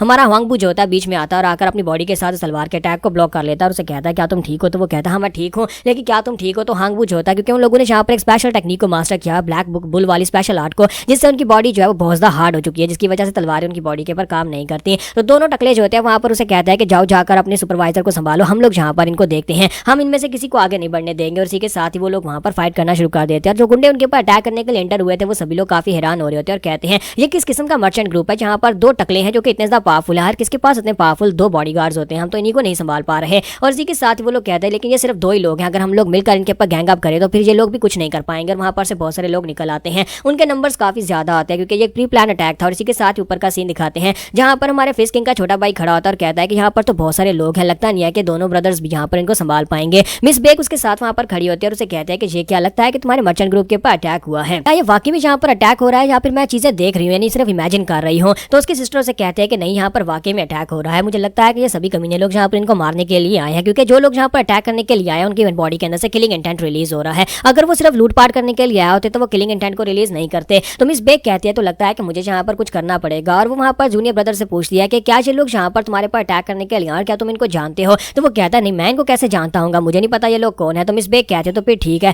सभी लोगों को अंदर भेज दो क्योंकि मैं यहाँ पर अटैक करने वाली हूँ और मैं नहीं चाहती कि मेरे अटैक को कोई यहाँ पर देखे। तो इस बात से वो हैरान होकर उसे कहता है कि तुम यहाँ पर हमारी मेहमान हो, तुम ऐसा कैसे कर सकती हो, हमें तुम्हारी रक्षा करनी चाहिए। तो मिस बेक कहती है कोई बात नहीं, तुम लोगों ने यहाँ पर अपने मर्चेंट ग्रुप में हमें रुकने के लिए जगह दी और फ्री का खाना भी दे रहे हो, तो बदले मुझे लगता है कि मुझे भी तो कुछ करना चाहिए। तो मिस बेक वहाँ पर सीढ़ियाँ उतरते हुए नीचे आ जाती है जहाँ पर सभी गुंडे उसके सामने खड़े होते हैं। तो वो अपने बालू के अंदर से अपनी हेयरपिन को निकालती है और कहती है क्या तुम सभी लोग यहाँ पर रेडी हो मरने के लिए? जबकि वो सभी लोग कहते हैं कि ये क्या, यहाँ पर एक लड़की हमारे बीच में आ गई है, चाहे यहाँ पर कोई भी हो, हम लोग किसी को भी नहीं छोड़ेंगे। हम लोग यहाँ पर इस फैमिली का जो एडमिनिस्ट्रेटर, जो मैनेजर है, जो इस बिजनेस को संभालता है, हम लोग उस लड़के को मारने के लिए हैं, जब तक उस तक पहुंच नहीं जाते कोई नहीं रुकेगा। और सभी लोग बड़ी तेजी के साथ मिस बेक के पास अटैक करने के लिए आगे बढ़ते हैं और जैसे ही वो उसके करीब पहुंचता है, मिस बेक वहीं पर से अपनी हेयरपिन को यूज करते हुए अपनी एक्सट्रीम फ्रीज टेक्निक को रिलीज करती है। तो उसके सामने जितने लोग होते हैं वो सारे के सारे वहां पर बर्फ के अंदर जम जाते हैं क्योंकि उसकी टेक्निक बहुत ज्यादा पावरफुल होती है। इतनी पावरफुल टेक्निक कि वो सभी लोगों को वहां पर से भागने का मौका भी नहीं मिलता और वो कहते हैं कि ये क्या हो रहा है, हम सभी लोग इस तरह से जम कैसे गए, और साथ ही उनकी पूरी बॉडीज वहां पर जम जाती है। और जो लोग बाहर होते हैं वो सभी लोग मिस बेक की इस पावरफुल एनर्जी को रिलीज होते हुए अपनी आंखों से देख पाते हैं। और मिस बेक वहीं पर से अपनी हेयरपिन को घुमाकर उनके ऊपर एक स्लैश लगाती है तो सभी लोगों की बॉडीज वहीं पर टुकड़े टुकड़े हो जाती हैं। वो सारी आइस टूटकर वहां पर ग्राउंड के ऊपर गिर जाती है। तो जितने भी लोग उसके सामने थे वो सारे के सारे एक ही झटके में मारे गए। तो मिस बेक कहती है कि मुझे लगता है कि यहाँ पर तुम इन सभी को जिंदा तो नहीं रखना चाहते थे क्योंकि मैंने तो इन सभी को जान से मार दिया है। तो वो कहता है कोई बात नहीं। जब किसी के साथ ही बाहर का सीन दिखाते हैं कि हमारा फिश किंग जो होता है भागता वहां पर आता है और वो काफी लंबे लंबे सांस ले रहा होता है क्योंकि वो थका हुआ होता है। अंदर आती वो चलाकर कहता है ब्रदर फादर क्या तुम सभी लोग ठीक हो? लेकिन जब वो अंदर आता है तो देखकर हैरान होता है कि सभी लोग वहां पर पार्टी मना रहे होते हैं, यानी कि कोई भी वहां पर चिंतित दिखाई नहीं दे रहा था। वाइन पी कर उन सभी लोगों के होश उड़ चुके होते हैं। तो हमारा ली जिनियन अंदर आने के बाद कहता है यहाँ पर हो क्या रहा है? तो उसका छोटा भाई जो होता है उसे कहता है कि ब्रदर तुम भी यहाँ पर आओ, हमारे साथ आकर बैठकर पियो। तो वो कहता है यहाँ पर हुआ क्या है? तो वो कहता है कुछ भी नहीं हुआ। तो हमारा फिश किंग उसे कहता है जल्दी से बताओ कि यहाँ पर क्या हुआ, मुझे पता चला कि इंट्रूडर्स यहाँ पर अटैक करने के लिए आने वाले हैं। तो इसी के साथ ही मिस बेक की तरफ देखता है और मिस बेक जो होती है उसे बताती है कि हाँ मैंने यहाँ पर इन लोगों की थोड़ी बहुत मदद की है। तो ये बात सुनने के बाद हमारा जो फिश किंग होता है थोड़ी देर के लिए खामोश होता है, फिर साथ उसे कहता है कि तुम्हारा बहुत बहुत शुक्रिया, तो तुमने यहाँ पर मेरे मर्चेंट ग्रुप के ऊपर एक बहुत बड़ा एहसान कर दिया है। तो मिस बेक उसे कहती है कि तुम वाकई में इतने ग्रेटफुल हो तो क्यों ना तुम यहाँ पर मेरे साथ फिर से एक बार स्पार मैच रखो, हम दोनों फिर से एक बार फाइट करके देखते हैं कौन यहाँ पर स्ट्रॉन्गर है। तुम्हारा फिश किंग उसकी बात सुनने के बाद मुस्कुरा देता है और कहता है हाँ क्यों नहीं, अब तो मुझे तुम्हारी रिक्वेस्ट को मानना ही पड़ेगा। जबकि उसका छोटा भाई वहाँ पर सोच रहा होता है कि लगता है कि हमें यहाँ पर भाभी मिलने वाली है और कैप्टन उसका मुंह बंद करवाता है और कहता है कि यहाँ पर ऊंची आवाज में मत कहना। जबकि सेम टाइम के ऊपर मैं म्यूरियम अलायंस का सीन दिखा दिया जहाँ पर म्यूरियम अलायंस के मास्टर यू के पास एक लेटर आता है। वो उस लेटर को अपने हाथ में पकड़कर बैठे होते हैं और सोच रहे होते हैं कि यहाँ पर ये लेटर किसने भेजा होगा। जब किसी के साथ ही वहाँ पर एक बंदा उनके पास आता और कहता है सर हमें यहाँ पर कुछ नई रिपोर्ट्स मिली हैं। तो मास्टर यू से कहता है कि बताओ कि तुम्हें क्या पता चला है, क्या उन्हें यहाँ पर कुछ पता चला? तो वो कहता है जी सर, मोयोंग क्लैन के मास्टर को ढूंढा जा रहा था। मोयोंग चू के बारे में अभी तक कुछ भी पता नहीं चल पा रहा था, लेकिन अब अचानक से यहाँ पर मोयोंग चू के बारे में पता चल चुका है। तो वो कहता है क्या वाकई में उसके बारे में पता चल गया, क्या वो जिंदा है? वो कहता है नहीं सर वो जिंदा नहीं है, वो मर चुके हैं, और बल्कि यहाँ पर इसको मरा हुआ भी नहीं कहेंगे क्योंकि हमें जो कुछ भी मिला है वो सिर्फ ग्राउंड के ऊपर पड़ा हुआ कुछ ब्लड मिला है और उसकी हड्डियों का चूरा मिला है। यानी कि यहाँ पर इसकी बॉडी को भी कंफर्म नहीं किया जा सकता कि मोयोंग चू है, लेकिन वहाँ पर उसकी जो बिलोंगिंग्स थी यानी कि उसकी अंगूठी और साथ में उसकी तलवार और उसके कपड़े वहाँ पर पड़े हुए थे। मोयोंग क्लैन के लोगों ने इस बात की पुष्टि कर दिया कि मोयोंग चू की ही बॉडी है और इन्हीं का ब्लड है। लगता है कि किसी ने डिमोनिक कार्ड को यूज करते हुए बहुत ही बुरे तरीके के साथ उनके एसेंस को एब्जॉर्ब कर लिया और उसके बाद उनकी बॉडी को वहाँ पर फ्लैट कर दिया, जिसकी वजह से उनका ब्लड ग्राउंड के ऊपर पड़ा था। तो इसी के साथ ही मास्टर जू से कहता है कि अगर कोई डिमोनिक कार्ड है तो फिर तो ये पॉसिबल है क्योंकि डिमोनिक कार्ड के साथ ये किया जा सकता है, लेकिन मुझे लगता है ये कोई बहुत बड़ी चाल हो सकती है। आपसे पहले हमें मोयोंग चू के बारे में कोई भी इन्वेस्टिगेशन में लीड नहीं मिल रही थी और अब अचानक से मुझे एक लेटर मिला है। वो लेटर उसके सामने रखता है और उसे कहता है कि इस लेटर के ऊपर एक एग्जैक्ट लोकेशन मार्क है जहां पर लिखा गया है कि स्वर्ड किंग को वहां पर रखा गया है। अगर हम लोग इस जगह के ऊपर जाते हैं और जाकर स्वर्ड किंग को वहां पर से बचाकर ला सकते हैं। उसका साथी उसे कहता है लेकिन सर ये तो ऑब्वियसली एक ट्रैप ही दिखाई देता है। तो मास्टर यू से कहता है कि हाँ मुझे भी यहाँ पर एक ट्रैप दिखाई दे रहा है, लेकिन ये मैप बहुत ही अच्छी तरह से मैप और डिटेल्ड है। इसके अंदर यहाँ पर जो लोकेशन बताई गई है वो एग्जैक्ट लोकेशन, इसका मतलब यह है कि वहां पर जाना रिस्क लिया जा सकता है। तो मैं खुद वहां पर जाऊंगा। वो साथ ही अपने साथी से कहता है कि जाकर लोगों को तैयार करो, तुम अपने साथ अपनी स्क्वाड्रंस को तैयार करो, मेरे पीछे पीछे रहना, मैं अकेला वहां पर जाऊंगा, तुम सभी लोग मेरे पीछे सिग्नल का वेट करोगे। हम लोग वहां पर जाकर देखते हैं कि क्या उस लोकेशन के ऊपर स्वर्ड किंग है या नहीं। तो यहीं पर से नेक्स्ट सीन उसी केव का दिखाया जाता है जहां पर स्वर्ड किंग अपनी आंखें खोलता है। जब स्वर्ड किंग अपनी आंखें खोलता है तो उसी के साथ ही वहां पर डिमोनिक सेक्टर के वो कमीने लोग आते हैं और उसे कहते हैं तो फाइनली तुमने यहाँ पर अपनी आंखें खोल ही नहीं, तो बताओ कि तुम्हें यहाँ पर तुम्हारी जेल कैसी लगी स्वर्ड किंग न्योक चियोनेक। तो स्वर्ड किंग जो होते हैं वहां पर अपनी आंखें खोलकर घूर घूर कर उनकी तरफ देख रहे होते हैं। तो यहाँ पर हमारी एपिसोड 55 का एंड होगा। नेक्स्ट एपिसोड में देखेंगे अब आगे क्या होगा।